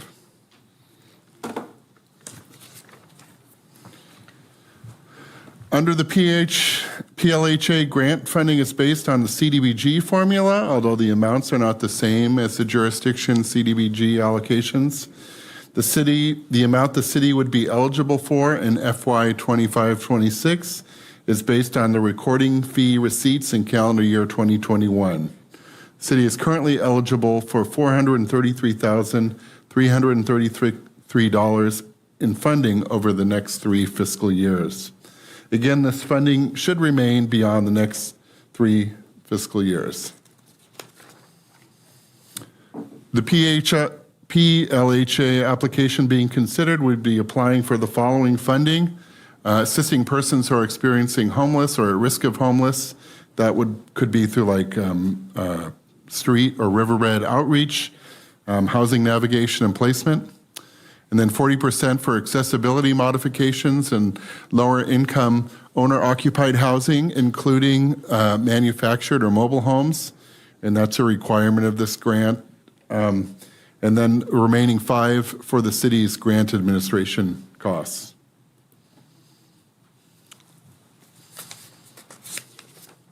So this chart shows the amount of funding over the next 3 fiscal years, including how much would be provided for each activity. There, oh, that's kind of messed up. Oh well. The chart also shows the years the recording fee was collected.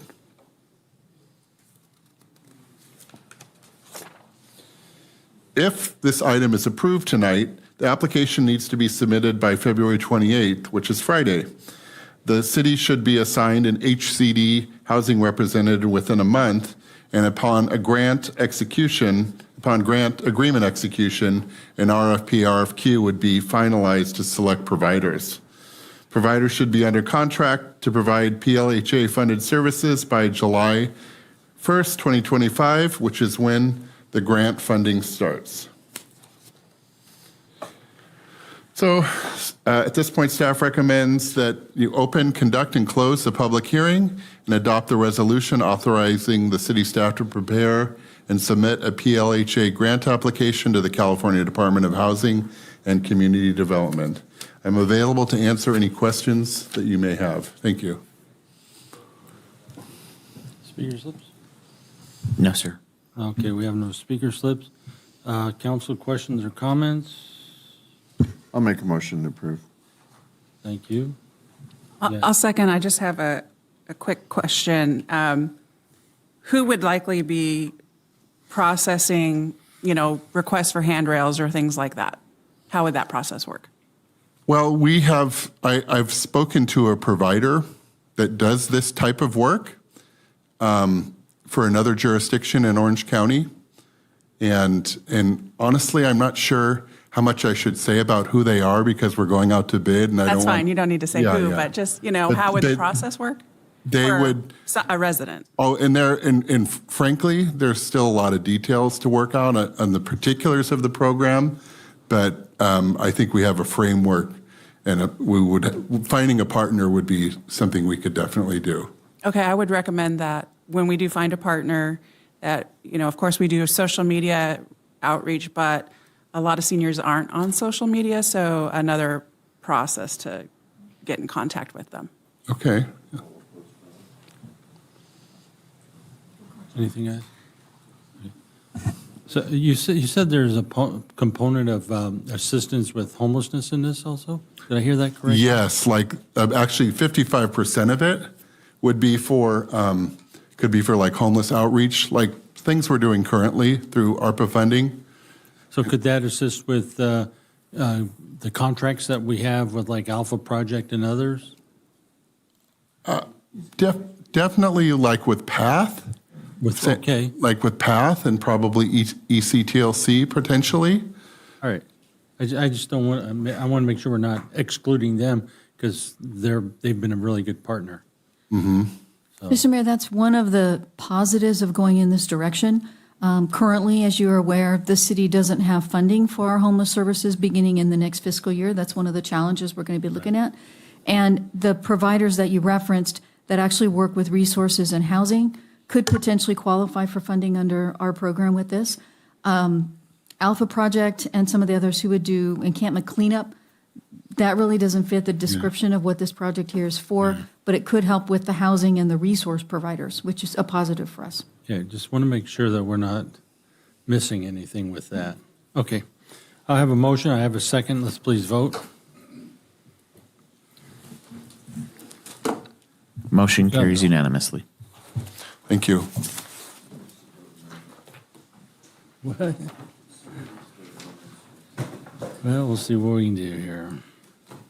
All right, that takes us to new business item number 11, which is a resolution awarding the design build construction contract for the temporary fire station apparatus bay project to Horizons Construction Company International Incorporated, and approving an additional $424,721 from the general fund to the capital improvement program budget for the construction of the temporary Fire Station Apparatus Bay and Living Quarters, and finding the project exempt from the California Environmental Quality Act pursuant to CEQA guidelines, sections 15301, 15303, and 15304.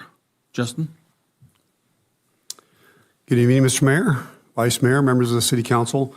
This is for the Apparatus Bay component of the temporary fire station at the operations yard. Just as a reminder, we already have taken possession of the living quarters, and so you see the manufactured home that's located right here, and adjacent to that structure, just to the west, will be where the actual Apparatus Bay will be located.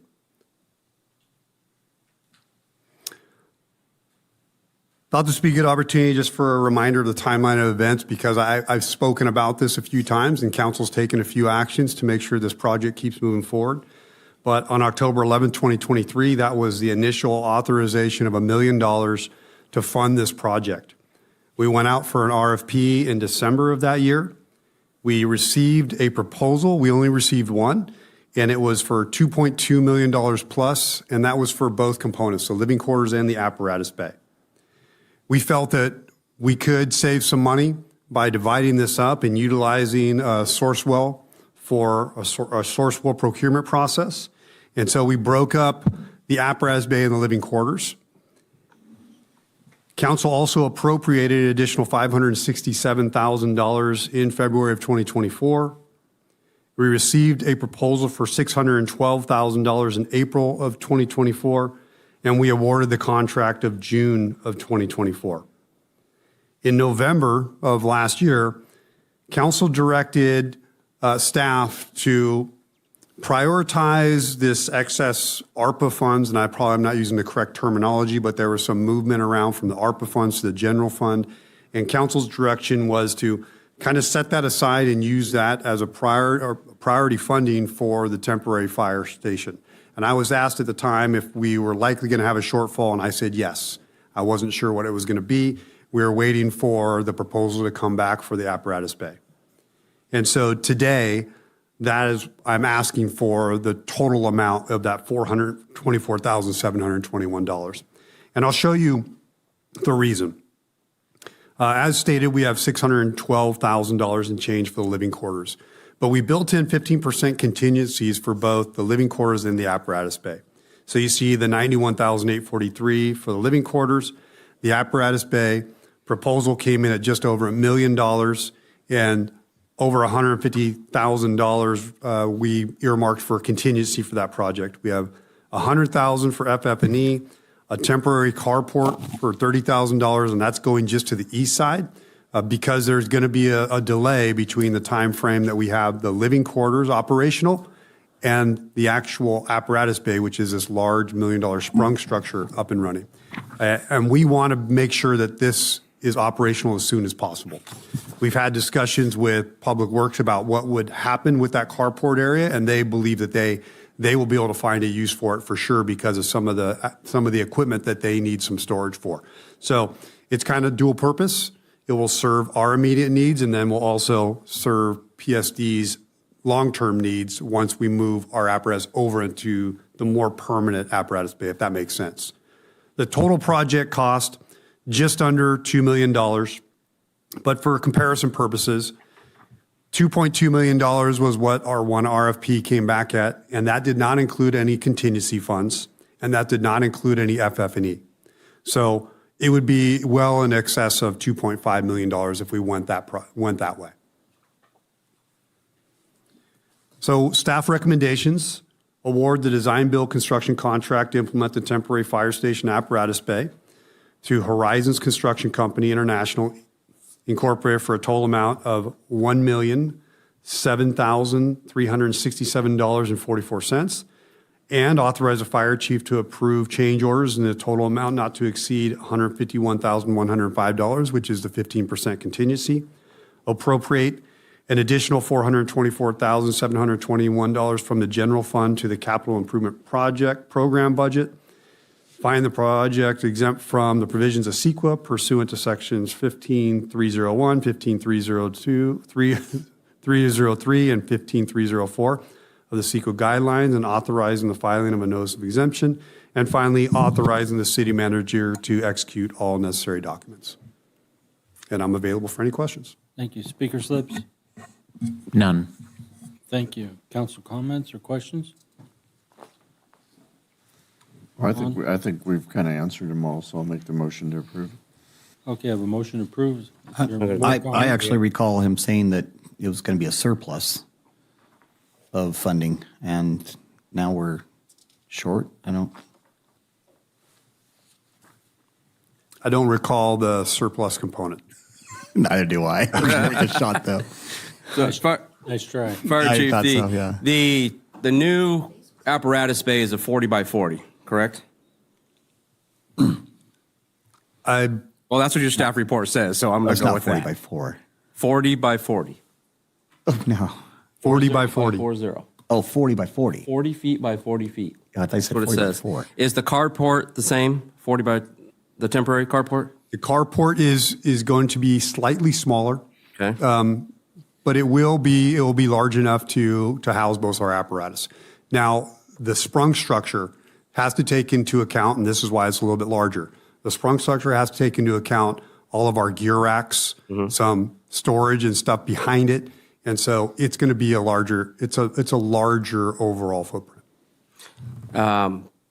Community Service Director. I don't know if you want Mr. Rinsberry to talk or you, but can you talk about the carport and the this apparatus bay, the long-term plan for those two structures? So for the carport, like Chief stated, the goal is to essentially utilize it for some of our FEMA trailers. So that would work as a phenomenal resource once the fire chief is not able to use them at some point. We could definitely take them and use them for our FEMA trailers. Okay. And what about the apparatus bay once the Station 20 is built? That apparatus bay, if we wanted to, can be deconstructed. We'd obviously have to pour a new foundation, and it could be reconstructed at another site. If not, and if council makes the decision to keep it on site, then there's a lot of uses that we could have for it. You've seen our shop. You've seen how we're busting at seams at Station 4, and we don't have a way to adequately store very expensive apparatus right now. So it could be used for that. It could be used to store equipment that Public Services has as well. So that's when I believe when we get to that point where the permanent station is built, I welcome the conversation. It will be a nice conversation to have, to be in the position of having to figure out what's the best. I agree. use for it. I just was curious if you guys have had that conversation yet.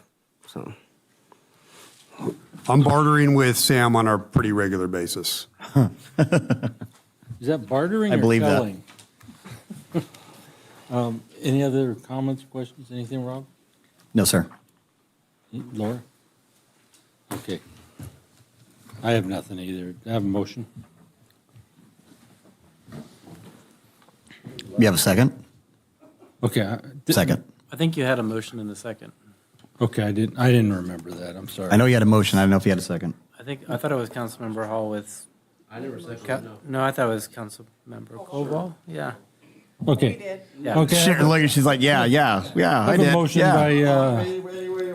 by, have a motion by Hall and a second by Koval. Please vote. Thank you. That carries unanimously.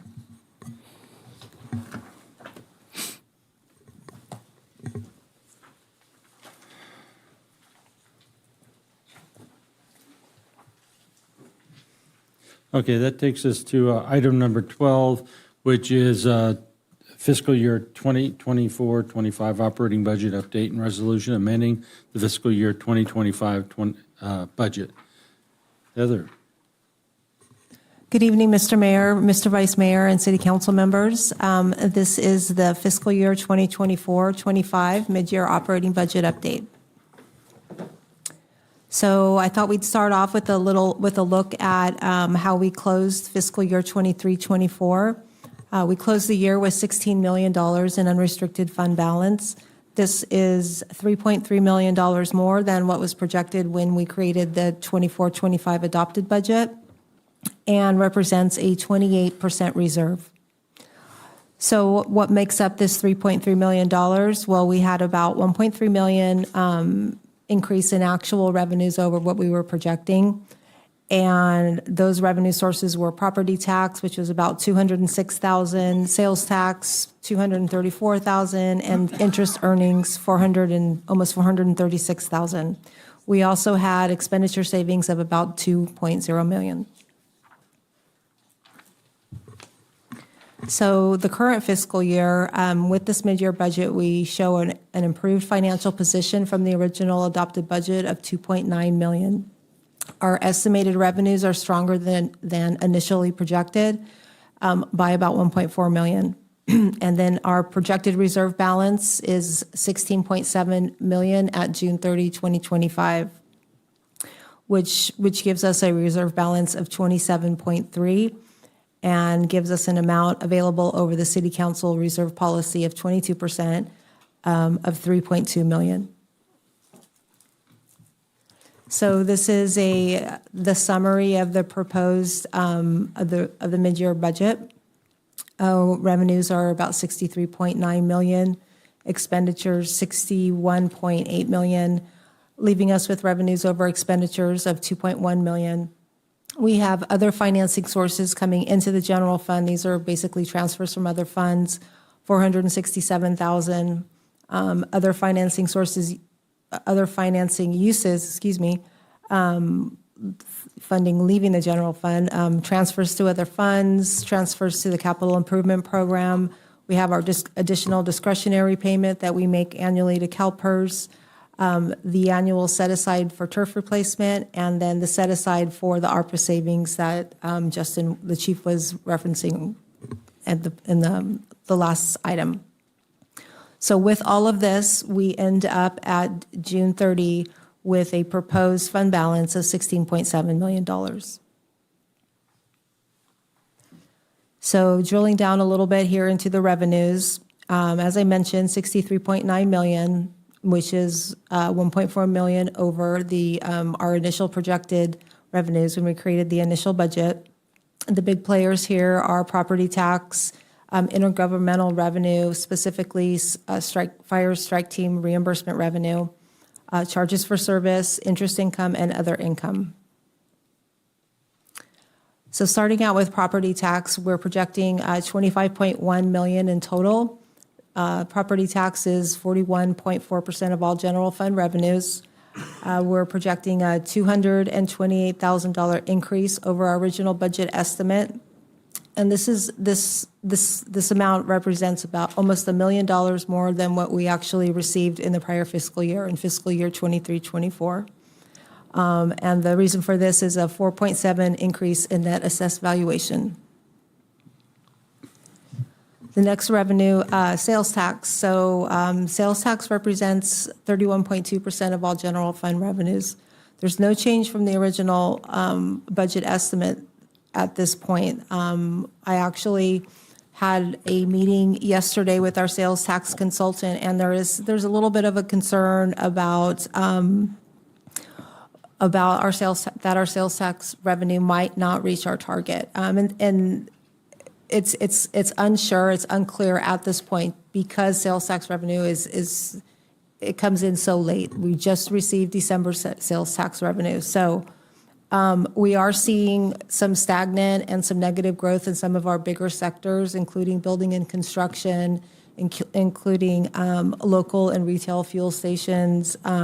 We also had a very large adjustment that was made for a payment correction. This was a statewide adjustment, but we were hit pretty significantly by that. So our first quarter of this fiscal year, our revenues were significantly lower than projected. Second quarter, we just got those revenue numbers in, and they have bounced back. So I'm not advocating for reducing sales tax at this point, but it is something that we need to keep our eye on and something to consider and keep in the back of your mind for future. And we'll have better numbers when we come back and do the 2025-26 budget. We'll have more relevant numbers and be able to give you a better idea. Some of the other revenues that were mentioned earlier that increased or decreased for this mid-year budget include strike team reimbursement. We obviously had numerous deployments to wildfires throughout the state.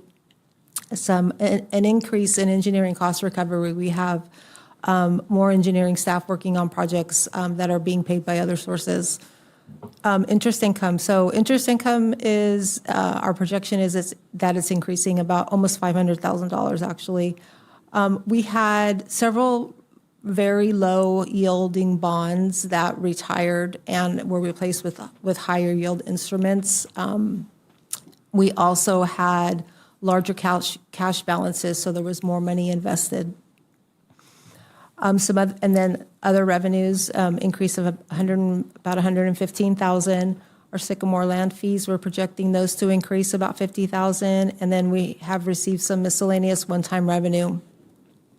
Building permits, we're expecting a decline in building permit fee revenue. This is specifically due to the solar permit process. The state now, the requirement from the state is that the process doesn't have to go through the city. But this amount is offset by an increase of about $98,000 in building inspection fees. Where does that money go to? Straight to the state now? I'm not exactly sure. It goes to the solar app provider.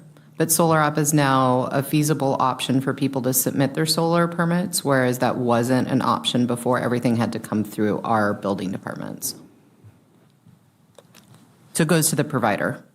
So do we still do the inspections? Yes.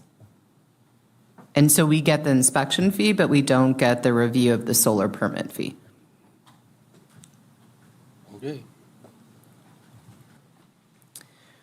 So on the other side here, diving into the expenditure side, the updated expenditure budget is $61.8 million. This is about $757,000 more than our current budget. Personnel-related costs, the adjustments for personnel-related costs are about $400,000. We've got some part-time salaries in information technology. These costs are for help with all the citywide PC installation.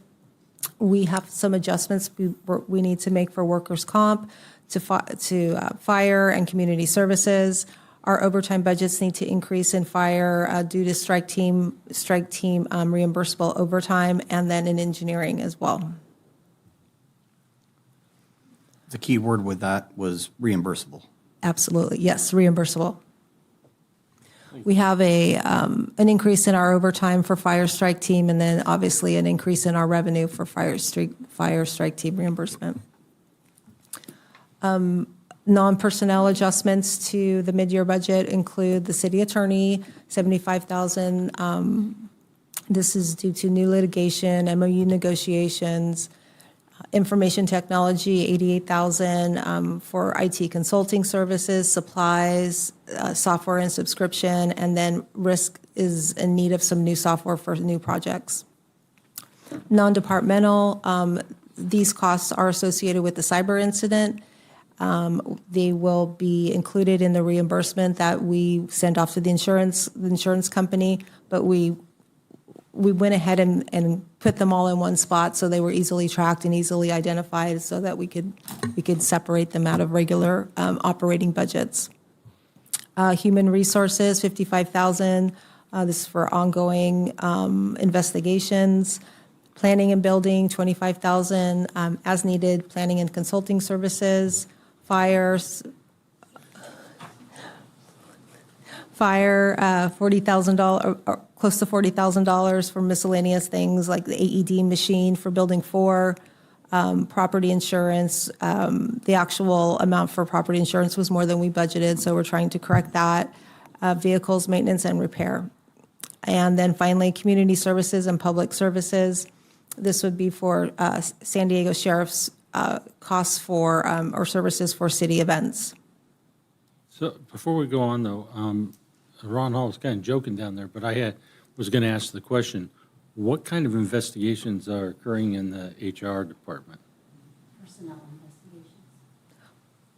Would that include maybe like, for instance, if something came in as an executive,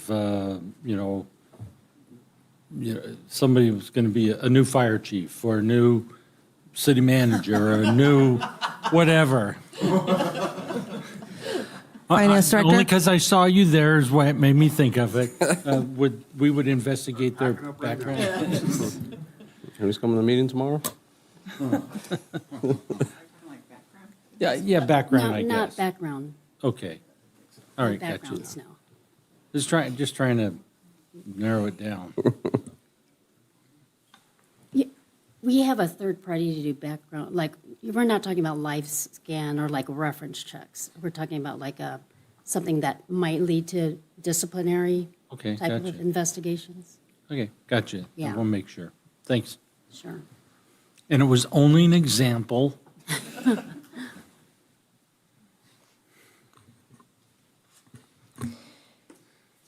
So other departmental mid-year submissions. So these requests are not currently included in the proposed fiscal year 24-25 mid-year budget. We left them out so that they could be part of the larger discussion at the City Council retreat on February 27th, tomorrow. I did want to introduce them to you tonight since they were submitted by the departments. The first one is planning. From the Planning Department. This is for legal services related to the sub-area plan and EIR review and development. This would be one-time funding, $112,500. This amount is intended to complete the environmental analysis, and if funded, the request would be equally matched with developer deposits.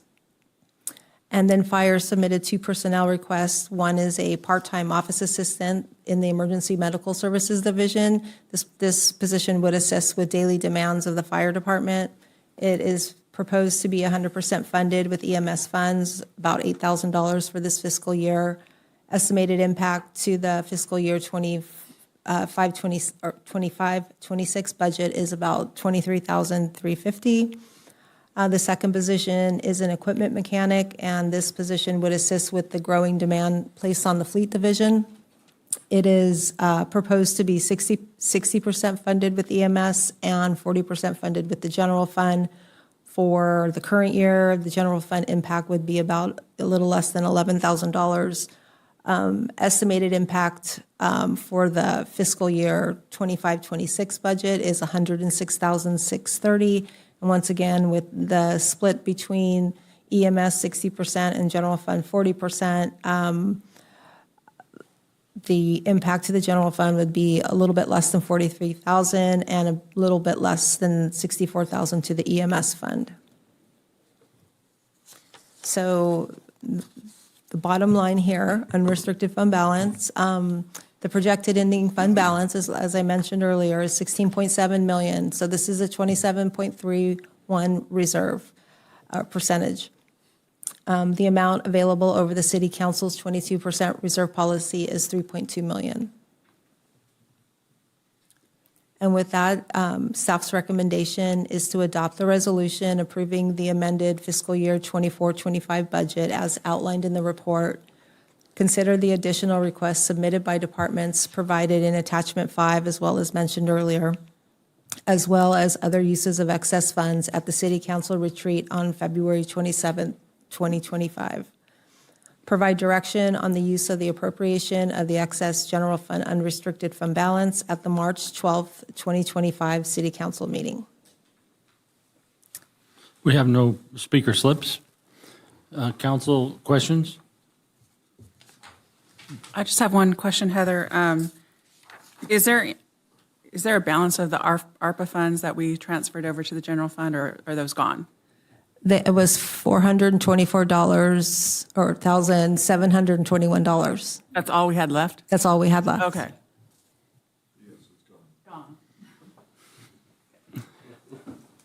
Anybody else? So I'm fine with this with the caveat that we consider the staff requests for additional funds, and we discuss that further tomorrow. Right. We're not approving that in any way, shape, or form. No, we're not. basically what's in the mid-year are pretty much just the core needs. All right, then. Then I move staff recommendation. Is there a second? I'll second it. I have a motion and a second. Please vote. Motion carries unanimously. All right, that takes us to non-agenda public comment. No speakers. No speakers. All right, then. City council reports. I'll start on my right tonight. Vice Mayor. Actually, none for me this time, sir. Thank you. Destin. None from you, Mr. Mayor. Laura. Yes, I do. Last week, I had my first, my first meetings in my position on the Air Pollution Control Board and then the Sandag Planning Committee meetings. The Sandag Planning Committee meeting was actually three committees were involved. So it was planning, the Borders Committee, which I was on for 4 years, and transportation. And so I just want to make sure that everyone is aware that the Otay border crossing, which that will be the big freight access across the border. They're going to remove the tolls on the 125 in, I believe, 2028, 2029. So my concern is that it's just basically creating a new freight corridor on the 52. And that freight corridor with no tolls, well, I guess what I found out through all this is that when Sandag took over the toll rolls on the 125 and they reduced the toll amount, even though Sandag had originally said that freight vehicles wouldn't travel inland and go up the 125 and cross over the 52. Well, they absolutely did, and it created 10% more traffic on our freeways, highways, whatever. So with it completely gone and the new Otay border crossing, I suspect we'll have a lot more. So although we are getting a managed lane on the 52 right now, and that's a truck climbing lane, I think a new freight corridor, won't do much after that's in place. So I'm very concerned about that. What I found out from Marlene is that this freight at the east port of entry is bound for San Bernardino and Barstow for rail transport. And then the other not so great thing I learned through the Air Pollution Control Board is that, first of all, they do think that the Sycamore landfill is our landfill, the city of Santee's landfill, because of the street address, but it's not. So had to re-educate them that it's not Santee's, and we didn't have a say in this. And it looks like, based on, I guess, SB 1208 in 2024 overturned Prop A from 2010, and no more landfills can be built, so they're going to expand the Sycamore Canyon landfill, and what I've heard is potentially tripling it, and that would go through the city of San Diego. And according to the Air Pollution Control Board, they already have an application to review. So, do you know about this, John? Yeah, we already have. We've got agreements with them. They can't do that. They changed the law. So, what I would like, I guess. We'll look into that. And provide you we need a workshop back in the city because, SB 1208. Yeah. Back in November. Yep. We'll give you a report. Okay. But the expansion proposal is not something that's come to my attention. Oh, okay. Well, that's what I learned last week. That's helpful. Okay. So, and then at the Sandag meeting, found it interesting that council member from the city of San Diego, Sean Alo Rivera, made a comment about living out in the suburbs, and I'll say that he made the comment negatively, and he said it's cheaper for Sandag to invest in public transportation, and we live out in the suburbs, so basically it's our fault that we're not, that Sandag's not investing in the transportation that we already pay for through our taxes over, I don't know, decades. I think it's fair to point out that our taxes invest in our transportation and they subsidize everybody else. So the 3% ridership, 97% of the population that drives subsidizes the 3% that he's focused on. So that's my comment there. So the same council member that wants to do a $25 minimum Yes, wage? that is the one. I thought so. Now that we're mentioning it, I wasn't going to do it. How far Okay. upside down are they? Hold on. Okay. And then the last thing that I've been working on with many people is really just trying to shorten the time that the CEQA review for the FEMA grant in the riverbed takes place, making it from a 2-year process, even cutting it in half. We all know we're sitting on that $7.5 million grant, and the 75% of our fires in the city of Santee happen in the riverbed. So we want to get on that right away. And Assemblyman DeMaio's office has been responsive. Senator Jones definitely responsive. And I think we actually, in fact, have another meeting Monday with some other staff and other agencies to see what we can do to work together to speed up that process. So those are my comments. So, in that venue, I've been working with another organization on some of the fire issues in, like, where we got setbacks and all that kind of stuff. And they get CAL FIRE involved. And CAL FIRE's inspector is a guy named Van something. No joke. What? Uh-huh. That's their inspector. And the comments were, housing was just built too close to the woods, and so it should just go away. I didn't invite him to the meeting. I wish I was joking. So then would he be advocating removing all the housing up to maybe Mass Boulevard? Probably. Or at least on Lake Canyon and Maybe Lake Canyon, and yeah. Fanita Parkway. I could not believe that was the inspector. Who said that? Because if he said that, we know it can't be true. Said what? If Van is saying that he's the inspector. No, he actually showed up. He is CAL FIRE's inspector. He literally showed up. Yeah, there. He showed up. Uh-huh.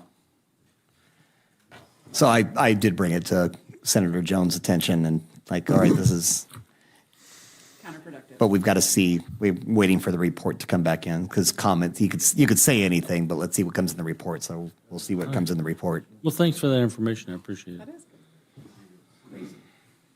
I'm not somebody who drinks, but I might have to now. What I heard.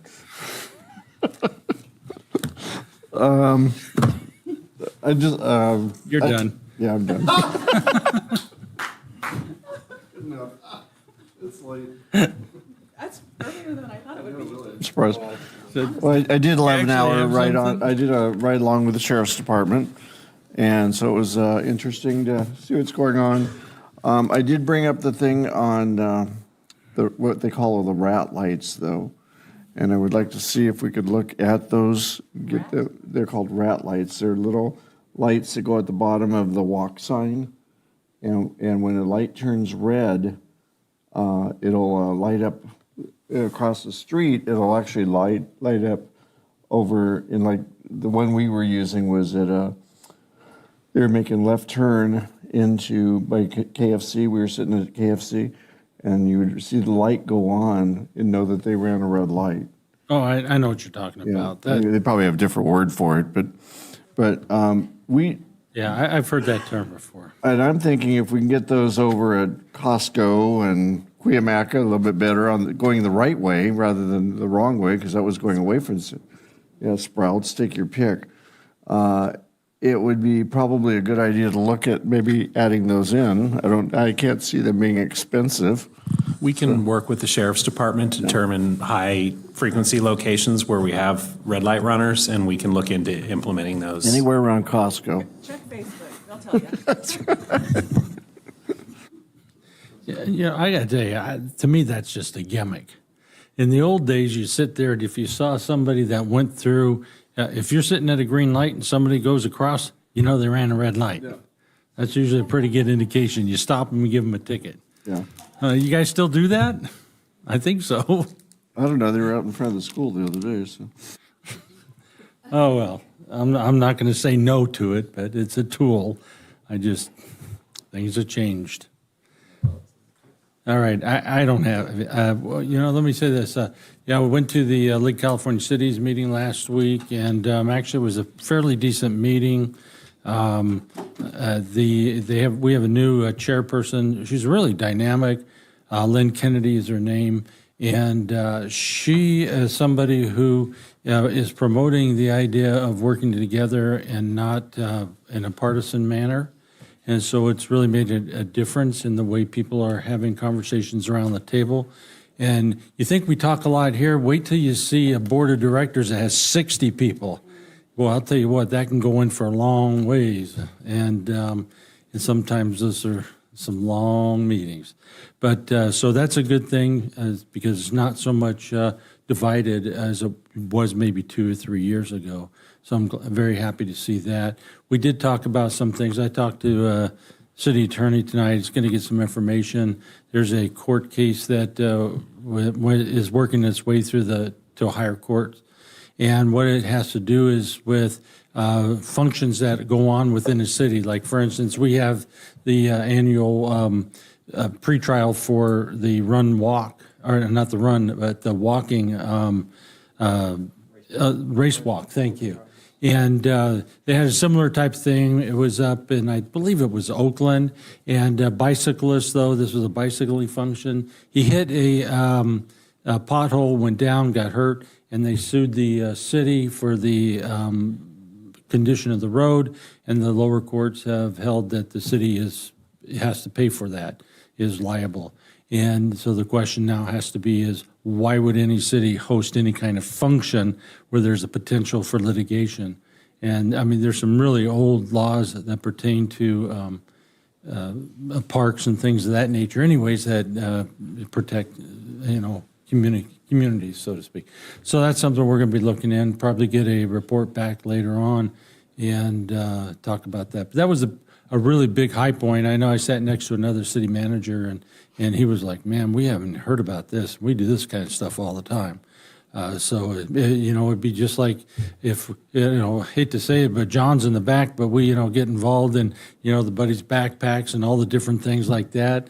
What if something happens? Well, why would the city get involved in stuff like that in the future if this thing prevails? So just another bad piece of legislation, or not legislation, but bad decisions by a bad judge, in my opinion. So that's all I have. So, city manager, anything? Just in closing, I want to add my congratulations to the staff team that put together our Fido Fest this past weekend. It was a great event. Everybody worked really hard. The community really loves that event, and I want to thank everybody who had something to do with it. Thank you so much. I was busy winning the chili cook-off. I wasn't there.